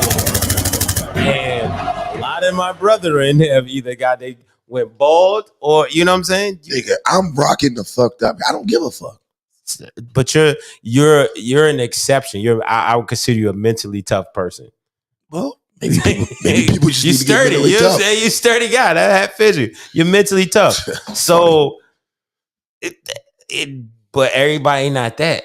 So that's I think the difference between me and you is like, the common black man need to be able to live a good life like the average white man. And right now in this country, you got to be the super nigga. You got to know how to invest in real estate. You got to work a couple of jobs. You have to own a business. Like, you really got to be the super nigga to have a good life.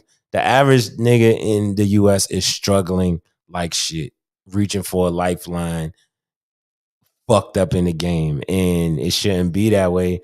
But I acknowledge what it is, because I know I gotta be super nigga to get the lifestyle I want, to be able to go on vacation, give my girlfriend what she want, have a house, dress nice, eat out of a nice restaurant every now and then. You gotta be a super nigga.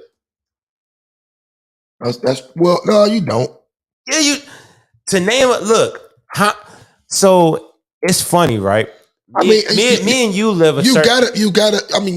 Me and you live a certain lifestyle that the average black man in America does not live. Can you acknowledge that? Okay. I literally damn near party for a living. Literally. By party, you mean actually throwing parties and not using cocaine. And correct? make money. Work with businesses that give me all kind of free. Like, I damn near party for a living. At a certain point in my life, I did party for a living. I promoted clubs and sold weave and had a good existence, right? So, but I acknowledge my experience. I'm a risk taker. I'm a hustler. I'm smarter than the average motherfucker walking around. I can do risk reward calculations. We can think long term. This is not what the average motherfucker knows how to do. It took me a while to get to this point, right? So I can live this life and talk about that life. You've done the same thing. You can live this life and talk about this life. You spent money making mistakes to learn to be where you're at. The average motherfucker never even had the money to spend the money to make the mistake to learn how to be the super niggas. You jumped on a podcast talking about you just closed property in Mexico. You just bought one in Florida. You're living the dream, right? So we got to be careful of us. Number one, being from a major city like DC, not always having. I gotta stop you there. Examples. I don't think we should be careful though, because it's like the bitches writing relationship books. I mean, it's like Sierra and Cardi B making songs for single ladies, but they married. I think it's the opposite. No, it's not. It's us. It's like us saying, man, y'all niggas need to, man, get the. But they don't have the same opportunities. They don't got the same hustle. They don't have the same access to anything. Us just being in DC, we got access to so much shit that if a nigga is listening to us in Orangeburg, South Carolina, he literally does not have the same opportunities. So I think that what you're saying though is really in essence the same thing I'm saying. And I think in a nutshell, it describes black folks. Yeah. Like, it's easy to sit around here and complain about everything the white man's done or whatever. That's easy. But nothing that you do that's easy is going to get you to where you want to be in life. Let's look at white people, for example. White people had the difficult task of enslaving these beast, big, brolic niggas. How did they do it? They had to work hard. Christopher Columbus had to spend 20 years on the fucking Ivy Coast studying niggas. They didn't just get the shit like, boom, let's invade these niggas. No, it took time manipulating different tribes into joining the fucking slave trade. It takes work. If that's one thing niggas can learn from white folks, it takes work. It takes study. So I'm at the point in life now where I'm not even getting mad at other groups of people for doing what human beings have been doing for millions of years. What I'm on at this point is trying to make myself better and surrounding myself with people who want to be better so that we can do the same thing. I don't want to necessarily take advantage of people and all that, but at the same time, this is the world we live in. So black people can either continue to get ate or they can eat. But it's one or the other, especially in a world driven by capitalism. Yeah. So, I mean, whining about, like, they want you to sit up here and whine about colorism, all this stupid shit. They want you to whine about it. Because when you whining about that, you're not thinking about getting no money and actually making yourself better. I think that's a hyper version. You only see one heterosexual man on that panel, but he's only like 4 feet tall. So I think you're focusing on what do they call that shit? When you just focus on the people on it, like their demographics. I can't remember the term, but yeah, I think you're focusing on that versus the information that they're giving. I feel like the information they're giving is super solid. Like and let's preface, this is a panel about colorism. This wasn't, we brought a bunch of people together, which the biggest problems in the world. That's true. It's a panel on. We kind of got off topic. Yeah. Let's get back to. Let's go back to. It's a panel on colorism. So we're talking about colorism because this is a panel about colorism, and I think with some of the more articulate and more well-versed people on this panel have said about the topic that colorism is a offshoot or cousin of racism. If there is no racism, you really don't have colorism. It's more like tribalism at this point. You know what I'm saying? But because we live in a society at America was founded in racism. So colorism permeates everything that we deal with. Just like I said, before we learn what colorism really is, we label people, you know, African booty scratchers or my man black or like as children, we inherited colorism. All right, but don't forget about us being labeled as a cotta. Yeah, I mean, so like, I mean, I'm not making I'm the last distinction. nigga. I'm the last nigga on the planet, and shout out to all my African homies. You know I fuck with y'all, but when it come down to that, yeah, I'm not letting you niggas off the hook. So I'm not making an equivalency thing, right? Because it's still white supremacy that says, they African booty scratchers. They just got flies flying on. We learned that from television. That we saw Feed the Children. We saw the cartoons with cannibals. So we had an opinion about them before we hold on. Let me finish. We had an opinion about them before we met them. The other side. You see them? Don't talk to them. These niggas only rappers, drug dealers. They're gonna bring you down.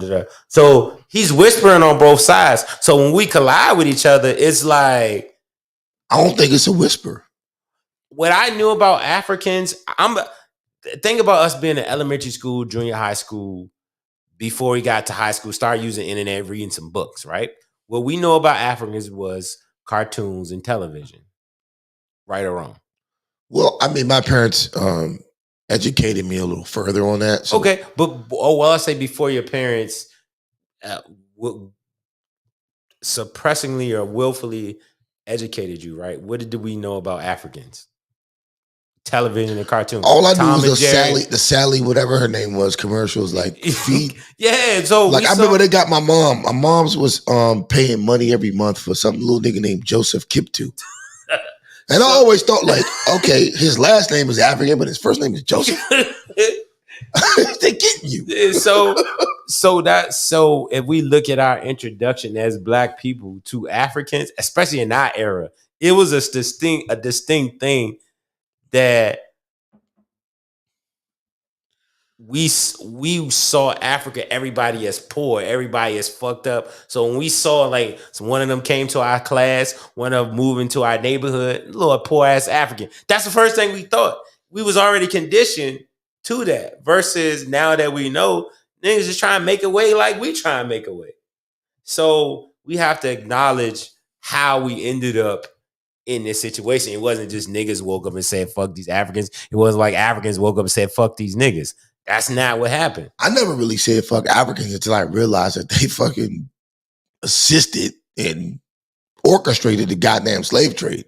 But I still don't say fuck them, but at the same time, it's, you know what it is. But the thing is economics. Just like if you say fuck them, you gotta say fuck your homeboy who sold crack, who sold whatever to in your whole neighborhood. Because he did the same thing. I'm not gonna say fuck him, but at the same time, if he go down, he go down. It's like that shit's all economics. So I feel people be having like they've developed like a weird ass like moral compass. Like, yeah, I can judge this situation, but I won't judge my homeboy. I won't judge these motherfuckers. I mean, that's a whole nother conversation. Let's get back to the video because I really do want to argue with you about that, but let's get back to this. I judge both. Latinas, whatever, pale-skinned women. So that kind of makes you feel like you're not desired. You feel me? So, and that's why I started bleaching my skin. That's why I started skin lightening because of it, you know? And, you know, people that do buy my stuff, like, they do tell me that it's helping them feel more confident. I know it's kind of sad, but it's like, that's the society we live in now. So when people buy your stuff, can you talk about your business and what it is that you sell? I sell skin bleaching cream. Pretty Oh, let's go back. Let me tell you, don't buy her shit. Let's go back. He said, don't buy her shit. No. I want. Look, I'm gonna catch it when I. It was like really dark skin, and I did lighten up like probably 2 shades, maybe 3 shades because of it. Can you tell me why you started to bleach your skin? It's like you growing up in school, you have mainly guys making fun of your skin color and calling you charcoal, calling you dark. So growing up, you just start to feel like, oh, okay, no one likes me because of my skin color. Like, okay, I see. So that kind of does something to your head, you feel me? And also we have social media. They do praise lighter skinned women, Latinas, whatever, pale skinned women. So that kind of makes you feel like you're not desired, you feel me? So, and that's why I started bleaching my skin. That's why I started skin lightening because of it, you know? And, you know, people that do buy my stuff, like, they do tell me that it's helping them feel more confident. I know it's kind of sad, but it's like, that's the society we live in now. So when you say when people buy your stuff, can you talk about your business and what it is that you sell? I sell skin. Look at her face and look at her legs.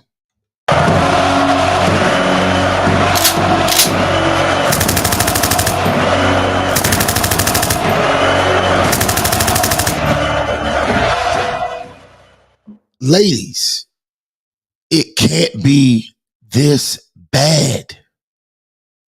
Her legs are darker than her face. You see this?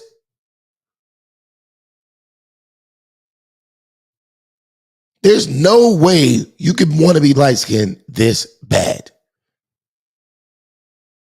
There's no way. Trust me, it's not worth it. Apparently, there is a way. It ain't worth it because, number one, being light-skinned, only thing that light-skin gets you is the ability to be made fun of without being able to make fun of people back. That's all you get being light-skinned. But me, I'm a different ass nigga. I'm a different light-skinned nigga. That was the ultimate light-skinned perspective on something. You realize I got smoke for you black ass niggas. I got smoke for you niggas. Do you realize that was the ultimate light-skinned perspective? That all you get is when historically, like I said, we got to go back to it. Historically, you can point to instances where, because of your proximity to whiteness, based upon the different relationships that happen. Proximity to whiteness. You niggas kill me, man. I mean, you couldn't name an instance where proximity to blackness helped somebody in America. Because it don't exist. Because okay. When you're losing the game, no one wants to be closer to the loser. Exactly. So let's win. But then you can't skirt over that you're in the winning camp. I'm not in the winning camp now. Nah, you're the winning. If we only comparing light skin to dark skin, which we have to, think about it. Hold on. If we help hold on. If you're comparing light skin to dark skin in a color society, you would be the winner. That's not true. It would be true. I'd like to see the facts and figures to back that up. And there aren't any. Let's go back to just the historical precedents of how America operates. We can point to at least 3 to 4 instances where light skin privilege can help or assist light skinned black privilege. People. And if you go in the inverse, if there are no historical references to darker skinned people being able to benefit because they're darker skinned, it becomes institutional. It becomes set in stone at that point. That's why it's worthless. But that's a fact. This is why it's worthless being black. It's like you got a whole race of people, and we sitting up here arguing over stupid fucking shit. Your proximity to whiteness. Shut the. Y'all niggas can have that black shit. Y'all can have it. But I am an American. I'm an American descendant of slavery. That's what I am. I'm a United States descendant of slavery. That's what I am. What does America call you? I don't give a fuck. A nigga, a black man, I don't give a fuck. You could not give a fuck, but does that affect how you move through the world? Yeah. So, and you could not give a fuck all you want, but I blame you niggas. But you got to be cognizant of what the fuck you labeled as at the end of the day. Okay, cognizant all day, bro. What do you gain from this fucked up culture? This is fucked up. Like, I don't want to say the things I'm saying, but like, it's so fucked up, and we condone stupid shit like this. Like, where should I stand? Do you? Because as a light skinned person, yeah. I'm also an oppressor. The fuck out of here. What am I rolling with you niggas for if that's the case? Have you historically been put in a position as an oppressor or an assistant to the oppressor? Hell no. Yes, you have. How? Yes, you have. So what do you? What do you? So it's crazy, bro. But this is not saying it is right. That's just the historical fact of how America works. The reason why our culture is fucked up because we have a bastardized culture. Matter of fact, put this on the main screen because this is super important to this whole particular argument. Right? This is super important. The reason why we have to have these particular discussions because Black people in America, light skin, dark skin, yellow, pass for white, whatever, we have a bastardized culture. Our culture is a mix of what we were able to salvage from whatever African roots we had, the violence that we inherited from white people, and the perseverance and style and culture that we developed as Black people in America, right? And it's fractured. It's an extremely bastardized culture. And we're a young culture. We're damn near, in terms of being free to develop our own culture, less than 100 years. Freely to develop our self-determination, our culture, how we want to apply our newfound wealth, newfound knowledge, newfound family, newfound everything. We are less than 100 years into it. So we got to have these conversations that other people don't have because they not in the position that we in. And these things are real life affecting people in everyday life. So we could say it's not a big deal. We could say it's not this, it's not that, but it's a reason why they convene this panel because colorism is just an offshoot of racism. And as a Black man in America, I feel racism every day. I'm determined to overcome it. I'm not going to let it limit me. I'm not going to let it not help me not take care of my family, not live the life I want to live. But I'm very aware that I have to combat it in a major way to get to the point that I want to get, right? The reason I want to be an entrepreneur and amass a large amount of money because to a certain extent it can insulate you from racist things that the everyday working class person have to deal with. The neighborhood I live in, what I drive, where my kids go to school, they'll come up in a society where they're more insulated from it, but they're not immune to it. And I'm very, very cognizant of those facts. So these conversations are necessary. All right. So I'm going to say this as a person who is categorized as a light-skinned Black person. I say more smoked salmon. Thank you. Red undertones. Okay. Regardless, it's just very discouraging, like hearing people tell me you have this and you have that when I don't fucking have it.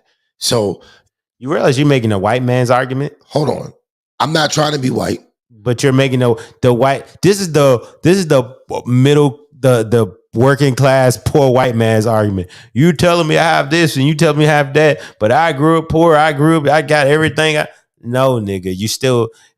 And it's not just you. Okay. Did somebody walk up behind you? Hold on. I just want to finish this. Because you're cutting me off. I just want to finish this. And I have the floor. It's not because you're light-skinned, somebody walk up behind you a light-skinned check. Like, here you go. Here's your leg up, right? But historically, there are a lot of families in America that because they intermingle with the slave masters, they have more wealth than other families that were not able to. Because actually during that time, the slave masters' children were able to inherit property. When other Black people were not It's my available. turn to talk. It's my turn to talk. But that was important. That was important because to interject. I already brought up a point earlier. They totally got dismissed. When they count the real stats, they count Black immigrants and they say that Black immigrants have accrued more than Black people also that actually grew up here from the family, right? Straw man. No, shut the fuck up, nigga. Anything I say, you say strong man, but I can make the same argument for everything. Because that's not tied to the legacy of Black. So shut the fuck up. Let me finish my goddamn point. Go ahead. Finish your point. Bro, niggas want to scream, straw man, blah, blah, blah.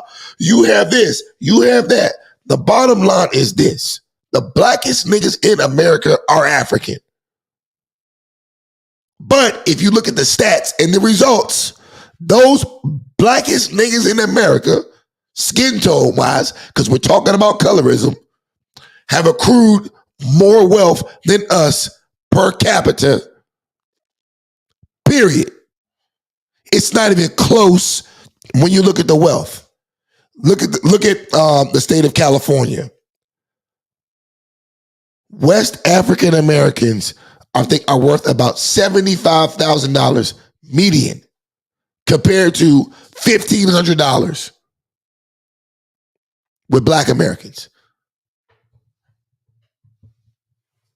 But you want to tell me about colorism? No, they're mad because the women are mad because when they hit the dating scene, they're not necessarily looked at as desirable to the white men and the light-skinned niggas that they want.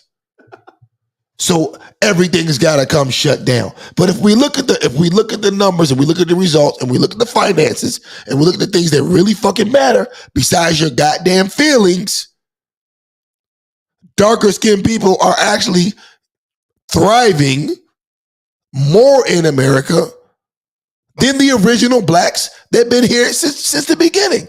And most of us are watered down. Most of us are watered down. See, colorism ain't nothing but a way for second and third generation Caribbean and African immigrants to have something to complain about. That's all it is. Nigga, it's light-skinned niggas out here struggling every day, just like it's dark-skinned niggas out here struggling. But these people are complaining about societal things that they don't like because they feel like because they're dark-skinned, they're not being treated this way or that way, which isn't the fucking case. Stop being fucking corny. Like the one bitch. Let's get back to the video. So, like the one bitch. The bitch right here. So you saying the bitch in the pink. I'm trying to point to her. The bitch in the pink in the back. She's fat. That's why she can't get no dick. Society. It don't got nothing to do with her being dark skinned. She didn't say nothing about a man. Do you know her marital status? Let's keep playing the video. Because do you know her marital status? Single. So at the end of the day, we're talking about systemic issues. So that whole, that rant, that shit was cool, right? But it doesn't change the systemic issues in America. So one particular thing when it comes down to inheriting property, right? There were opportunities for descendants of slave masters to inherit property where other people were not. So inheriting property, does that affect your generational wealth? It does. Does that affect your ability to be upwardly mobile in society? It does. That's an instance of colorism affecting how someone can move in society. That's more so nepotism, though. But the nepotism is based upon your color. I mean, if the white man had a black ass kid, I'm pretty sure he'd still give him the property. No, he wouldn't. But unfortunately, when white people and black people fuck, the kid comes out beige. Yeah. So that's it is what it is. So that scenario, the magic scenario you just said doesn't happen. We know it happens when intermingling happens. So just like, let me tell you something. Just like red those original firsthand descendants from those slave masters have whitewashed themselves so much to the point now where you wouldn't even know. Niggas in America right now are niggas. Period. You know them when you see them. So money, and the average black person in America is not holding any wealth from any white slave master. There's no. Fuck that. I've been sitting up here listening to this bullshit long enough. There's no way you can tell me that lighter skinned Americans are holding wealth from white slave masters when we aren't even close. We aren't even close. You know what the boule is? Nigga, it's black niggas in the boule. It's dark niggas in the boule. Do you know what the boule is? I do know what the boule is. Do you know what Jack and Jill is? I do know what Jack and Jill is. You know the legacy of both of those institutions. I do know the legacy of both of them. But what are they now? Do you understand the privilege? What are they now? What are they now? No, don't. Do you understand the privilege that if you're part of those legacy organizations, would that grant you in your life? Say what? Say that again. That those being a part of those organizations grant you privilege. Again, colorism. Where you going? So those are two examples of colorism benefiting someone to this very day in 2023. I know families that are in Jack and Jill. I was like, what the fuck is Jack and Jill? It made me go look it up. I was like, oh. So early Jack and Jill. That's what this shit. Early Jack and Jill, you had to take a paper bag test and all that stuff. That's what this shit's connected to. But Jack and Jill now is not like that. So I had a girlfriend in college, right? Light skin from New Orleans, right? She started explaining to me about the system. I was like, oh, this is intriguing. I'm a very curious guy, right? I started looking at her lineage, mom's side, father's side. Father's side, white Italian. Mom's side, other side of the tracks. How she was treated versus some of the other people in her family that didn't mix with the other side of the tracks. It very much affected where she was able to go to school, what type of access to wealth she had. And this was 2000 when I graduated. So this is 2005, where her skin color, her proximity to these groups affected how her life was, how her life was set up, where she was able to do what she was able to do at that point. So I understand and see real world examples where that legacy translate to how people live right now. Literally how they live right now. And there is no dark-skinned organization to say, yeah, man, we descended. You came from the Congo. We got this Congolese thing set up. When you come here, we got the Congo Society. Congo Society gonna set you up some loans. Congo Society gonna make sure your kid got a job. Congo Society gonna make sure you can move in this community. Congo Society is gonna do these things for you. There is no such thing on the other side of that. Can you acknowledge that? Okay, so what I can acknowledge is no, there's no Congo Society. But what I will acknowledge is Jack and Jill does not. Jack and Jill, all of the shit you named, dark-skinned niggas is in the mix at this point. At this point, are they the majority or the minority? I don't know. I'm not in it. The minority. But that's like letting a nigga, hold on. It's like you finally let a nigga in an all black, all white golf course. Yeah, Tiger Woods, his son, the other rich black motherfucker, but the regular nigga is not getting in there. So yeah, you got some tokens in there, but that shit don't affect how the shit runs. At all. It doesn't affect the status quo, the business of how it runs. So you're talking about tokens. So you saying light-skinned niggas still run the boule? Because that's not true. Who runs it? Shaquille O'Neal. Okay. He's out of point. He's all out of bullets, y'all. Shaquille O'Neal that boule. The clip is empty, y'all. The clip is empty. Here's a good question here. Would solving colorism uplift the black community? Hell no. Yes, it would, because it would make us closer together. Because you can dark-skinned niggas will still have jokes. You can answer it in your opinion. I'm gonna answer in mine. It would solve it because we can come under one common goal. Like to beat countries like China, to beat countries who have a united ethnic identity, we need a united Are you saying black folks beat China? No, he's saying would it help the black community? One of the reasons China was able to get over their opium epidemic because they had leaders that can unite the country under one ethnic identity. Say we're not trading with nobody, we're not dealing with nobody, we getting our own house right.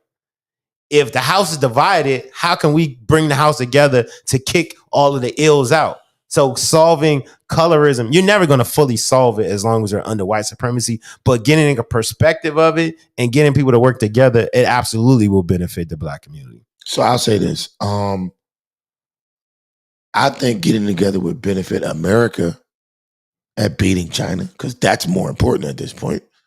But I think black people need to break up. I think that it's so being black is such a vague term at this point. It doesn't really mean anything because people can come in and out like a revolving door.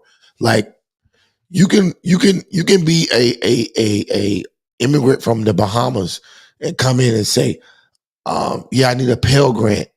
But then you could just walk right out the door and somebody asks you who you are, I'm Bahamian, I'm not black. Like, being black doesn't mean shit at this point. That's absolutely not true. It's just a way to take advantage of the resources that Black Americans fought for in the 60s, 70s, and 80s, and taking them for yourself, using them and disregarding them whenever you please. I'm gonna tell you. So being black to me at this point doesn't mean anything. I think my lineage means more to me than my race at this point, if it makes any sense. When I say my lineage, I'm talking about the Black folks that actually live or who derive from this country. It means more to me than being black. Just like being a Jamaican means more to Jamaicans than being black. Just like being from Nigeria means more to Nigerians than being black. So being from here and our experience as a culture means more to me than just being black at this point. This is a prime example of how you can understand from a descendant of slave perspective how your lived experience is more important than larger identifications. The same you can apply to that argument where a dark-skinned person can say my lived experience is more important or is different from someone else's. Just like the only reason I give any credence to other races coming over here and identifying as black because America doesn't differentiate. If that Bohemian man is pulled over by a white cop in Alabama, he's not going to ask you, are you from the Bahamas? Are you from Alabama? It's a nigga in the car, right? So by virtue of you coming here, you subject yourself to those circumstances. That's the only pass I give on that situation. Now, we can get deeper into who's owed reparations, who's owed this, who's that. I'm FBA all the way. But I don't make a distinction from someone being able to identify black because if you come here, you black. It's not how we define ourselves at this point because we don't have the power to define ourselves and move in a way that's contrary to how America defines us. How America defines us dictates a lot of how we live. And if they come here, they're under that same dictation. I mean, I hear you. I just, at this point, like, I mean, what is it even worth, bro? Like, if we could actually come together under the identity, I've seen when black people come together. It's rare. I wish it could happen more. It's rare, but when we do come together, we do have power. And what kind of power? So the only power at this point we can have is in numbers. And we decide to do anything in mass. That's the only thing we have at this point because we don't have the money. We don't have an army. Come on, man. We're supposed to control over our image. We don't have anything else. We only have the power to move in mass. That's it. Do you see any other power that we have? That's my point. And what power do people that come over here that don't really know our experience but just assimilate it to our culture? What power do they give us? None. So what's it worth? So I think it's important for platforms like this to educate them on the experience, right? It's like a fucking. I mean, it's either in you. I'm gonna be honest with you. I look at them as ignorant babies, right? Because I know Africans younger in life, and I know them older life, especially the ones a little bit older. Like property. It's not. I don't want to single out Africans. But we're just going to talk about Africans for the sake of this conversation. Propaganda works both ways, right? If you grew up thinking Black Americans were only rappers, drug dealers, criminals, you know what I'm saying? You were never seeing positive images. I don't blame them though. I don't blame them of Black people based upon the media. You're going to have it just like, man, I ain't fuck with these niggas. These niggas only know how to hoop, sell drugs, shoot niggas, because that's the culture that was exported to them. So I look at when I see them and they come over here talking, it's an ignorant baby. Let me come here, ignorant baby. Let me talk to you and let you know we set the foundation for you to even get over here. You're just a little ignorant baby. You just got some hustle. You worked hard to get here because you wanted a better life that we provided for you. you're an ignorant baby. So when you start taking that approach, like, let me educate this ignorant baby, the kind of the dynamic shifts. It's not, I hate you, you hate me. I ain't fucking with you because you don't fuck with me. Like, no, you're just an ignorant baby that's acting out because you don't know what I gave to you. You know, it's like a father disciplining a son. Like, you don't know what I did. This house I provided for you to come in because you're an ignorant baby. So I look at all of them as ignorant babies, the ones that come over here with that mentality. So if Black Americans started looking at our brothers over there as ignorant babies when they get here, not, oh, this nigga don't fuck with me, so I don't fuck with him. Like, no, he's just an ignorant baby that need to learn. I gave you this house. I gave you this food. I allowed you to do this. Come here, ignorant baby. Let me discipline you and learn from me. Learn how you got this privilege, but it's different. Come join in with this situation. So I'm not gonna call them ignorant babies. I'm gonna call them opportunists, just like every other group of humans on the planet. I don't blame Africans for what they do and how they move. All I'm saying is, I wish that we would understand. This is I wish every nigga on the planet would watch Game of Thrones and understand, like, that's life. Do you think they come over here with an understanding of what we had to go through for them to be here? I don't think they care. That's not what I asked you. Do you think they have an understanding of it? I don't think it matters. I think it matters. I think it matters because the ones who, if I was them, I wouldn't give a fuck either. But from the ones I met who've actually had an education on Black history, civil rights, all of those things, they do. They have a different perspective. Okay, I mean, it's the same as a white liberal. They got a different perspective. That's not the same. But what I'm saying is, if I'm African, why do I give a fuck? Why do I give a fuck? Because ultimately, Africa is still colonized too. Yeah, but at the same time, so at the end of the day, if we stripped, bro, hold on, no, I'm gonna answer that. At the end of the day, if we stripped all ethnic identities, I'm from Nigeria, Sierra Leone. I'm from Maryland. I'm from DC. I'm from this. I'm from that. We have a common adversary. Right or wrong? How did we get to the common adversary? That's not even relevant at this point. It's definitely relevant. At this, I'm talking about at this generation that we're in right now. My nigga, you sold me. Hold on. No. There's no way I'm getting over the fact that you sold me over here. I'm not getting over it. So is that a victim mentality? Huh? Is that a victim it's mentality? A realist mentality. No. Look, do you know anybody that was sold into slavery? Do you know anybody that you've met anybody that their family sold anybody you know into slavery? Or are we all in the same boat right now? I don't think it matters because I don't think they think we got the same boats. Because they don't know. So what do you? So you dealing with an ignorant baby. That's why I'm saying it's important to know that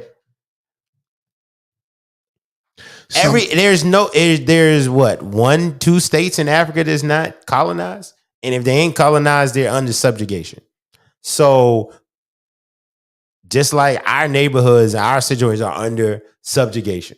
So do you agree that we have a common enemy or a common adversary? No. I don't. So let's say I don't. Let's say Patrice Lumumba was successful, right? And he was able to oust the Belgium out of Congo, and all of the resources were returned to the Congo, which is one of the most mineral-rich countries in the world. Do you think that would have an effect on Africa? I would say, Patrice Lumumba, can you pay money to Black Americans, the ones that your tribes sold over here? But guess what? They would have the wealth to do that. Okay, well, then we can talk after that. So, but what we're talking about is if we can't understand that we have a common adversary, the same system that... Who's the adversary? The same system that... Who's the adversary? Who do you consider? Do you think we have an adversary? Or we have none? Tell me who's the adversary. The people who control our resources and wealth. Be specific. The people who control our resources of wealth. There are different. There are different iterations of the people who control our wealth through proxy or through regular means. But the people who control our access to resources, wealth, who control our image in the media, who control trade, who control everything about the aspects of our existence, right? Who make it difficult for us. All right. So do you understand that? I'm assuming you're talking about the white man. I mean, he's in different forms, different situations, different. So you don't have to have a specific person if the ideology permeates. So it could be that ideology in the black man. It could be that ideology in the African ruler. That ideology is what we got to get rid of. That's why I'm saying it's not a specific person that we got to get rid of because bro, it's so ubiquitous. This is where the disconnect comes, right? Because I'm not into chasing boogeymen. It ain't no boogeyman. So who's the fucking enemy? Do you feel like you don't have an enemy? I'm asking you who's the enemy, bro. I just explained to it. The ideology is the enemy. The ideology could be in somebody who looks just like you, just like just like black cops who are trying to impress. So we're chasing a boogeyman. So we're chasing a boogeyman. No, we're trying to expel the ideology. Do we not live under a system of white supremacy? First of all, no. You said a boogeyman. Let's address this. Do we or do we not live under a system of white supremacy? Do white people live under a system of white supremacy? They lead the system of white supremacy. Do they? They're white. Okay. So who do we target as the enemy? Who do we fight? We fight the ideology. That's retarded. It's not retarded. So because it's see, that's why I can't fuck with niggas. But this is because niggas want to chase invisible shit. Colorism is a symptom of white supremacy. You said yourself, you walk in your firehouse and you've been affected by colorism. What do they call you when you walk in the firehouse? I don't give a fuck. It's funny. What do they call you when you walk in the firehouse? Here comes the white man. So even in joking form, that shit manifests every part of our life. So it literally does, bro. Bro, who's the enemy? Who do we target? That's the question. So because you ask the question over and over again, the answer is going to be the same. You don't know. So the answer is that you don't know. Because I know all of the right wing talking points. Like, you want to fight. My nigga, at this point, fuck all that, dog. So who's the enemy? Who do we target? So white supremacy. Man, put the camera on me because it's important. Zoom in on this one. Oh shit, it cut out. No, we good. Come on, nigga. It's over there. You're on. All right, zoom in on this one, right? We've surpassed the point where we're fighting an individual person, whether it could be J. Edgar Hoover or Bull Connor or this symbol of the niggas are dead, my nigga. Symbol of white supremacy. Now we're fighting an ideology that has permeated every part of American society and almost the whole world society, right? Colonialism, white supremacy has affected almost every single country on this earth. So it's no longer, I can say, back in the day, South Africa say I'm fighting to get the British out. It's no longer the Congo can say I'm fighting to get Belgium out. It's no longer say I'm fighting to get France out. It's no longer Malcolm X is saying all white men are the devil. Martin Luther King is not saying how they're acting in this country. White supremacy has permeated every part of our living society. Now it's to the point where we have to educate people to understand what game you're in, what game you're playing, and how do we flip the script. Because there's no individual person to point to. It is the ideology that adapts the same way when in America, when the demographics start changing, the people that used to be racist to, they welcome with open arms. Right now, if you talk to an Irish person in America, they're benefiting from white privilege. 100 years ago, they were not. It was no niggas, no Irish. If you were a dark-skinned Italian or darker-skinned Italian, or damn near coming from Italy, Sicily, all that, because that's a historically black country, you are discriminated against. Now, you my mafia, Soprano, Tony Soprano, the movies, they fuck with them now. but they had to be assimilated, just like Asians in this country. At this point, at one point in this country had an Asian Exclusion Act and put them in concentration camps. But when their numbers start dwindling, they say, "Oh, we need to assimilate new people. We need to evolve this system." Now, an Asian will be just as racist to a black person as a white person because they've assimilated to the benefits of the system. So there is not one person, people you can identify as, say, mindset, a ideology that we have to fight against. Okay, so I hear what you have to say, and I get your sentiment.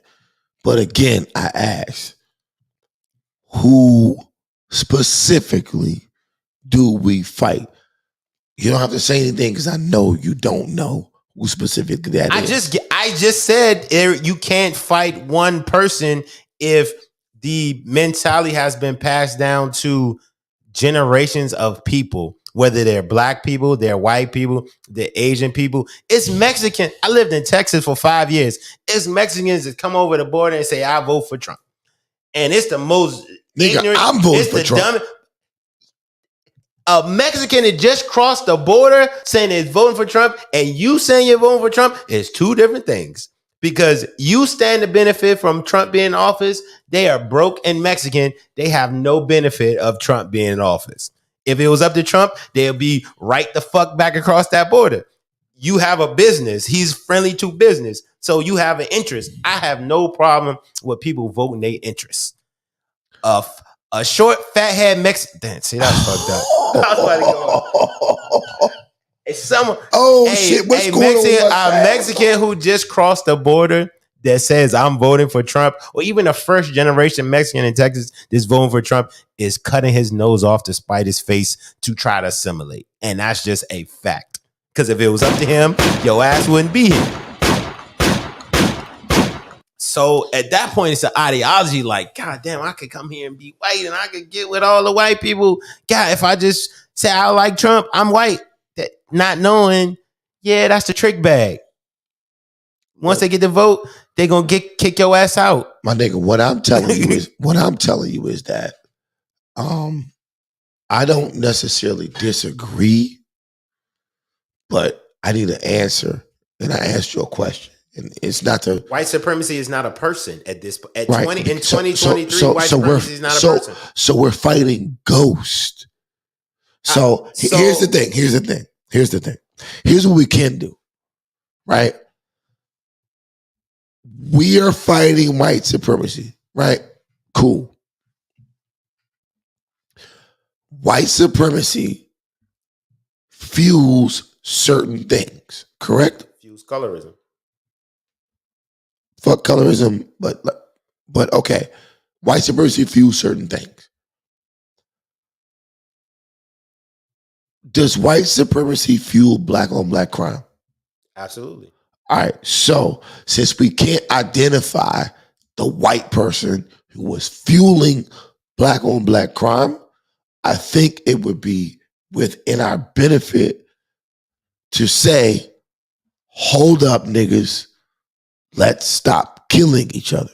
When in history has white supremacy been identified in one or group of people? I don't even care at this point, bro. No. Just how you pose the question to me, I'm going to pose you the same question. When in history, so no answer. When in history has white supremacy been identified in a person or group of people?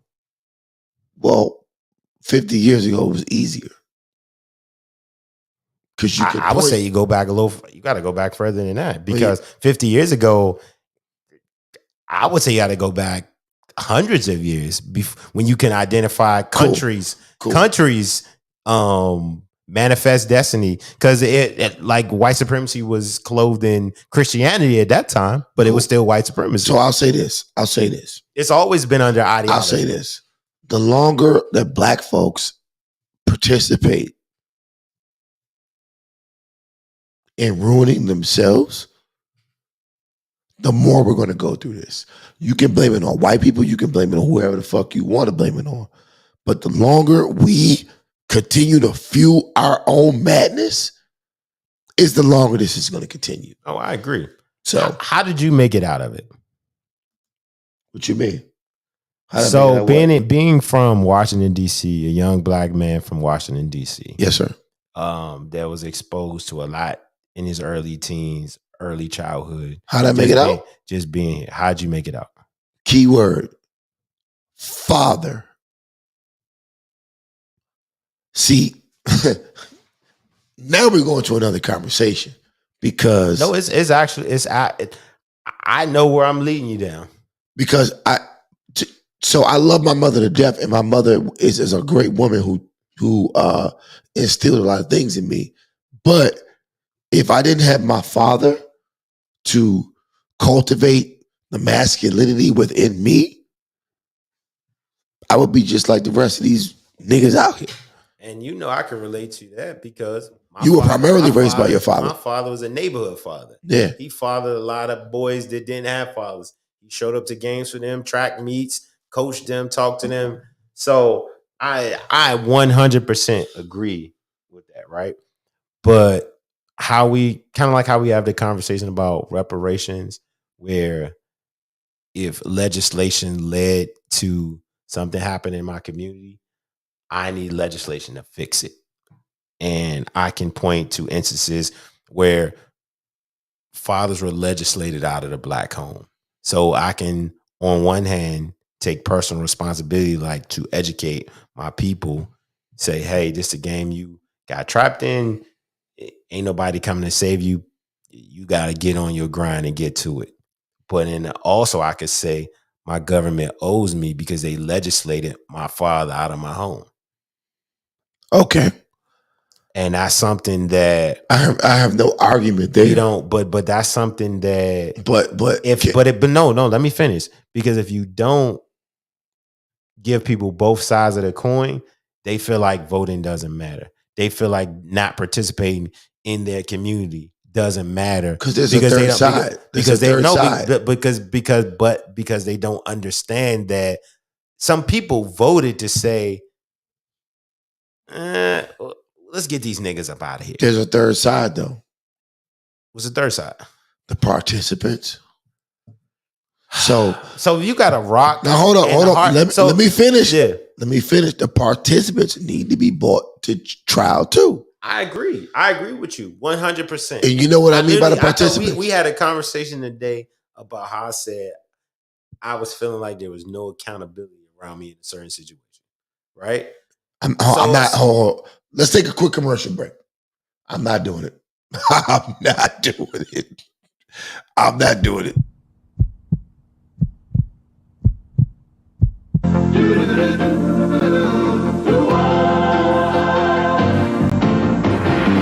It doesn't matter what comes, fresh goes better in life. With Mentos fresh and full of life, nothing gets to you. Staying fresh, staying cool. With Mentos fresh and full of life, fresh goes better with Mentos fresh.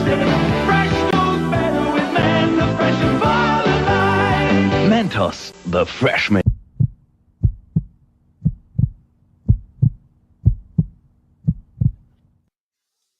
All right, we're back. Yo, do me a favor. Put a 1 in the comment section if you can hear the sound. Put a 1, please. It's crazy.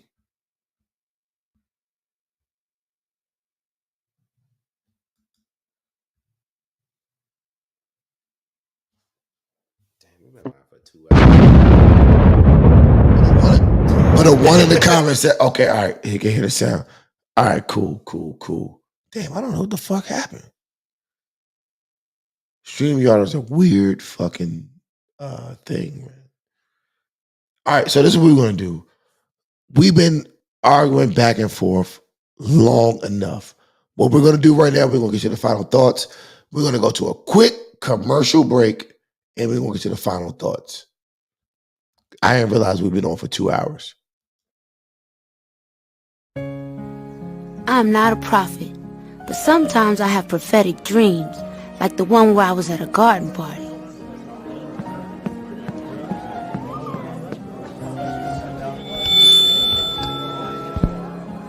Excuse me, everyone, I have a brief announcement to make. Jesus was black, Ronald Reagan was the devil, and the government is lying about 9/11. Thank you for your time and good night. That can't be true!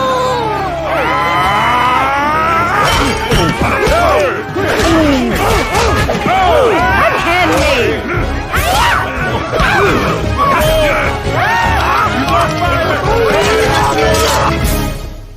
Ow! Mm-hmm. You're having that dream where you made the white people riot, weren't you? But I was telling the truth. How many times have I told you you better not even dream about telling white folk the truth? You understand me? Shoot. Making white people riot. You better learn how to lie like me.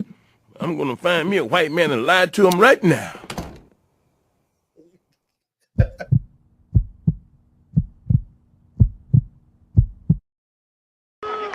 Always confusion with Mike Tyson, who's standing by with Jim Gray. Jim? Yeah. Okay, thank you, Steve. Mike, was that your shortest fight ever? I bear witness there's only one God, and Muhammad's blessings and peace be upon him as his prophet. I dedicate this fight to my brother, Darabam, who died. I'll be there to see you. I love you with all my heart. All praise be to my children. I love you. Oh God, man, what? Is this your shortest fight ever? In any time, amateur, professional ever? Assalamu alaikum, Maida. I don't know, man. Yeah, Lennox Lewis. Lennox, I'm coming for you. Mike, is it frustrating to train like you did and then have this in 7 or 8 seconds? For this fight, I only trained probably 2 weeks or 3 weeks for this fight. I had to bury my best friend, and I dedicated this fight. I wasn't going to fight. I dedicated this fight to him. I was going to rip his heart out. I'm the best ever. I'm the most brutal and vicious and most ruthless champion there's ever been. There's no one can stop me. Lennox is a conqueror. No, I'm Alexander. He's no Alexander. I'm the best ever. There's never been anybody as ruthless. I'm Sonny Liston. I'm Jack Dempsey. There's no one like me. I'm from Nairclaw. There's no one that can match me. My style is impetuous. My defense is impregnable. And I'm just ferocious. I want your heart. I want to eat his children. Praise be to Allah. Are you saying now, Mike? Bad.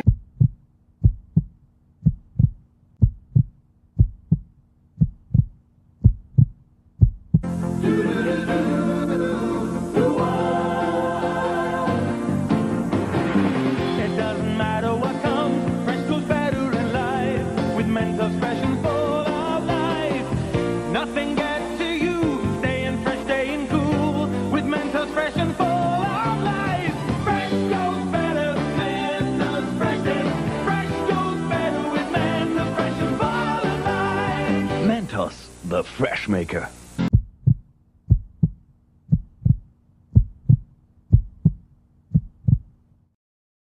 All right, we're back. We're gonna get these final thoughts cracking. Cosby Digital. We didn't even get through the whole video. This was a whole fucking 45-minute video. I think we only got through like 10 minutes of it. I know this is an example, right? If you put two smart black men in a room that have different points but want to get to a common goal, it's hard to get through things like that because don't get it twisted. At the end of the day, common goal is the uplifting of black people. Facts. But we got different routes to get there. But y'all go watch that shit on y'all own. It's Vice News. That shit was long as shit anyway. So yeah, that shit was like 43 minutes. So that might have been the best thing to abort that part. But yeah, we're gonna put the link somewhere in the description bio on YouTube and you're on Facebook. We're gonna drop the link. Go watch the interview, then come back and watch the dialogue, and it'll make a lot of sense to you. Facts. Well, without wasting any more time, hicking up and shit. Mr. Digital, get you your final thoughts, sir. Shout out to everybody who tuned in and listened tonight. I appreciate you so much. I haven't been back in a few weeks, so it was good to get back, get some sparring in, having a good time with the guys in here. Shout out to Kirk Keys. He's somewhere out there coaching some kids, doing something. I know he's doing something positive for the community. Really, we only had one topic. We made it to. So this final thoughts is gonna be easy. It's gonna be pretty easy. We were talking about colorism. We have to acknowledge the legacy of colorism. The legacy of colorism is racism. The legacy of racism is white supremacy. The legacy of white supremacy is colonialism. This has not always existed in time. This is a snapshot in history that we happen to be living in. So for people to think this could never be changed, there was a time colonialism didn't exist. It was times that black men conquered the world. It was times that Chinese men conquered the world. It was times that other people conquered different parts of the world. So don't let anybody tell you that this can't change. You just have to figure out how to change it. It's going to be some blood, sweat, and tears involved, but it can change. When dealing with the legacy of white supremacy down to colonialism, to white supremacy, to slavery in America, we still deal with colorism. I understand as a middle brown skinned person, I'll just call myself that. I have friends like Trip Simpson that are light skinned, some people lighter than him. My friends that are dark skinned. I got friends from every shade, but kind of playing the middle ground, I never had to deal with the, oh, you black as shit, or oh, you half white, or any of those things. I just was able to observe it from the middle ground. And I see both sides of their perspective. Dark-skinned people feeling a certain way, just like I said, anybody in DC from the late 70s to the 2000s, if you was under a certain complexion, your nickname was Black. And there's no way you can get around with it. You was Black somebody, Black John, Black Jay, Black. I'm thinking to myself right now, I have at least 5 blacks in my phone. All of the dark-skinned niggas is named Black. And you can't get around it. Light skin, you had to deal with some light skin shit. But I felt on the spectrum of things that are messed up in the black community, light skinned people had a little bit better just because of your proximity to whiteness, based upon the history of how you became a light skinned black person. And we all know what that history is. That's the legacy of slavery and colonialism. That's rape. That's pillaging. That's it. There were no, or I don't say no, but there were very few consensual relationships between African slaves and slave masters back then. So I don't want to get too deep into that. You understand what that comes from. So that automatically created a divide in the community just in that point. So we are dealing with the legacy of that right now in terms of colorism. We have an opportunity to recognize that legacy, understand its historical significance, and go in a different direction. We can decide, just like other cultures who had the opportunity to expel white supremacy, like China, identify under a nationalism background, identify under a unified background, and get our house in order, get ourselves together, and deal with it. Or we can end up like a country like the DR, or we can end up like India. We can end up like these countries who have permanent caste systems, to where as though if you're born into a certain color, you have to work extremely hard to get outside of that system. And even if you do, if you gain economic success, you're still treated a certain way because of their particular caste systems that did not exist before the contact of colonialism and white supremacy. So if I could speak to my black people that listen to this show, if I can speak to my African people that listen to this show, if I can speak to any ally that wants to further a message of inclusion, first educate yourself. Understand the legacy of colonialism, how it bred white supremacy, how that bred colorism in America and abroad, how your proximity to whiteness is a benefit. And if you are close to whiteness, either you're passing or light skin, understand somebody who doesn't have that proximity is going to have a different lived and life experience than you. And you can embrace that and learn from them, but still be together with them and reach a common goal. You can do it. Get some understanding. That's my final thoughts. Okay. That was deep, man. No homo. It wasn't even that deep. I got that thug in love. He like to do sounds, right? You're a wild nigga. Shout out to the Boondocks. That's that old school shit. The magnificent. No, that was Gangsta Delicious. Shout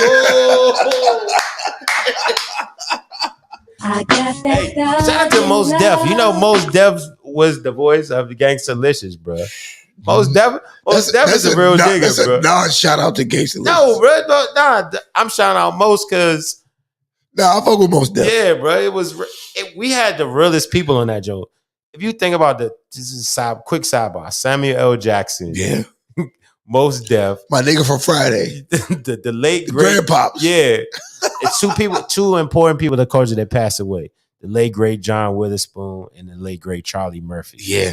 The onceless, that's Charlie Murphy and Samuel L. Jackson. And Pops was the late great John Witherspoon. And shout out to what's shorty that was on Friday Regina King that voiced Huey and Riley. A lot of people don't know that. She did both. She did both of them. That's a lot of work. But that's like brilliance right there. That's her right. That's her on the track. My nigga, anybody that say something suspect, that's their shit. That's literally Regina King singing that shit. But the shit was a hit though, bro. That shit was a hit. Bro, that whole look. That song was a hit. Bro. Literally, when they had the Katrina episode, that Wayne was on the episode. Yeah. That shit's iconic, bro. The people they had on there is iconic. That's a fact. I watched the R. Kelly episode the other day. That shit iconic, bro. That shit, like Aaron Magruder is in terms of content, is a GOAT to me. Because that shit was almost like some futuristic, predictive shit that the nigga was putting out. I just did a show the other day, and like the premise of my show was like fucking Gangsta Delicious doing his fashion show. And then I was like, all these rap niggas is yada yada, you know what I'm saying? And the Boondocks predicted it. That nigga's a GOAT, bro. I feel like Aaron don't get the respect. That nigga, if you go back and watch Boondocks episodes that are 10 years old, are fucking culturally relevant. That nigga was a GOAT. Nah, yeah. Shout out to yo. I got that thug in love. Come on, bro. Do your final thoughts, bro. All right. Oh, shit. This nigga just ruined my basement, dog. Fuck. All right. God damn. Man, it's some flimsy ass mic stand. That motherfucker's a game way on me. All right. That All shit he go. Final thoughts. All right. To me, colorism is a non-issue in Black America. Beyond laughs and jokes and lighthearted stereotypes, dark-skinned, light-skinned, and brown-skinned Black Americans pretty much have the same reality in our culture. And we're knowledgeable enough to know that the shade of your skin really don't mean a hill of beans, because in America, a nigga is a nigga, regardless. What I find interesting, though, is the fact that immigrants, whom in my opinion have been given the red carpet, I don't give a fuck what you say, they got the red carpet treatment. And they have the nerve to bring third world bullshit over here to America where they have it great. Making colorism a serious American issue is nothing but a ploy to give a group of people, hear me out, it's a ploy to give a group of people who aren't owed anything by the American government a reason to complain,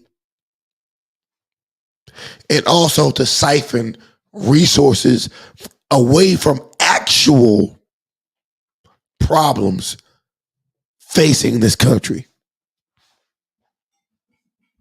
victims of colorism, in my opinion, come off low-key jealous of lighter-skinned people and don't realize that the root of their issues stem from deep insecurities within themselves. Blaming white people and Black American men because you don't feel good enough to compete in society and in the dating world will never fix your self-hatred. And I'm not Dr. Phil, and I'm not able to do it either. But what do I know? Listen, whether you agree, you disagree, or you're indifferent, leave a comment in the comment section below. Don't forget to hit the like button, smack the subscribe button, hit the motherfucking bell for notifications, and select all for myself, Cosby Digital, and Kirk Keys, who's out saving the children. Remember, tripping ain't easy, but someone has to do it.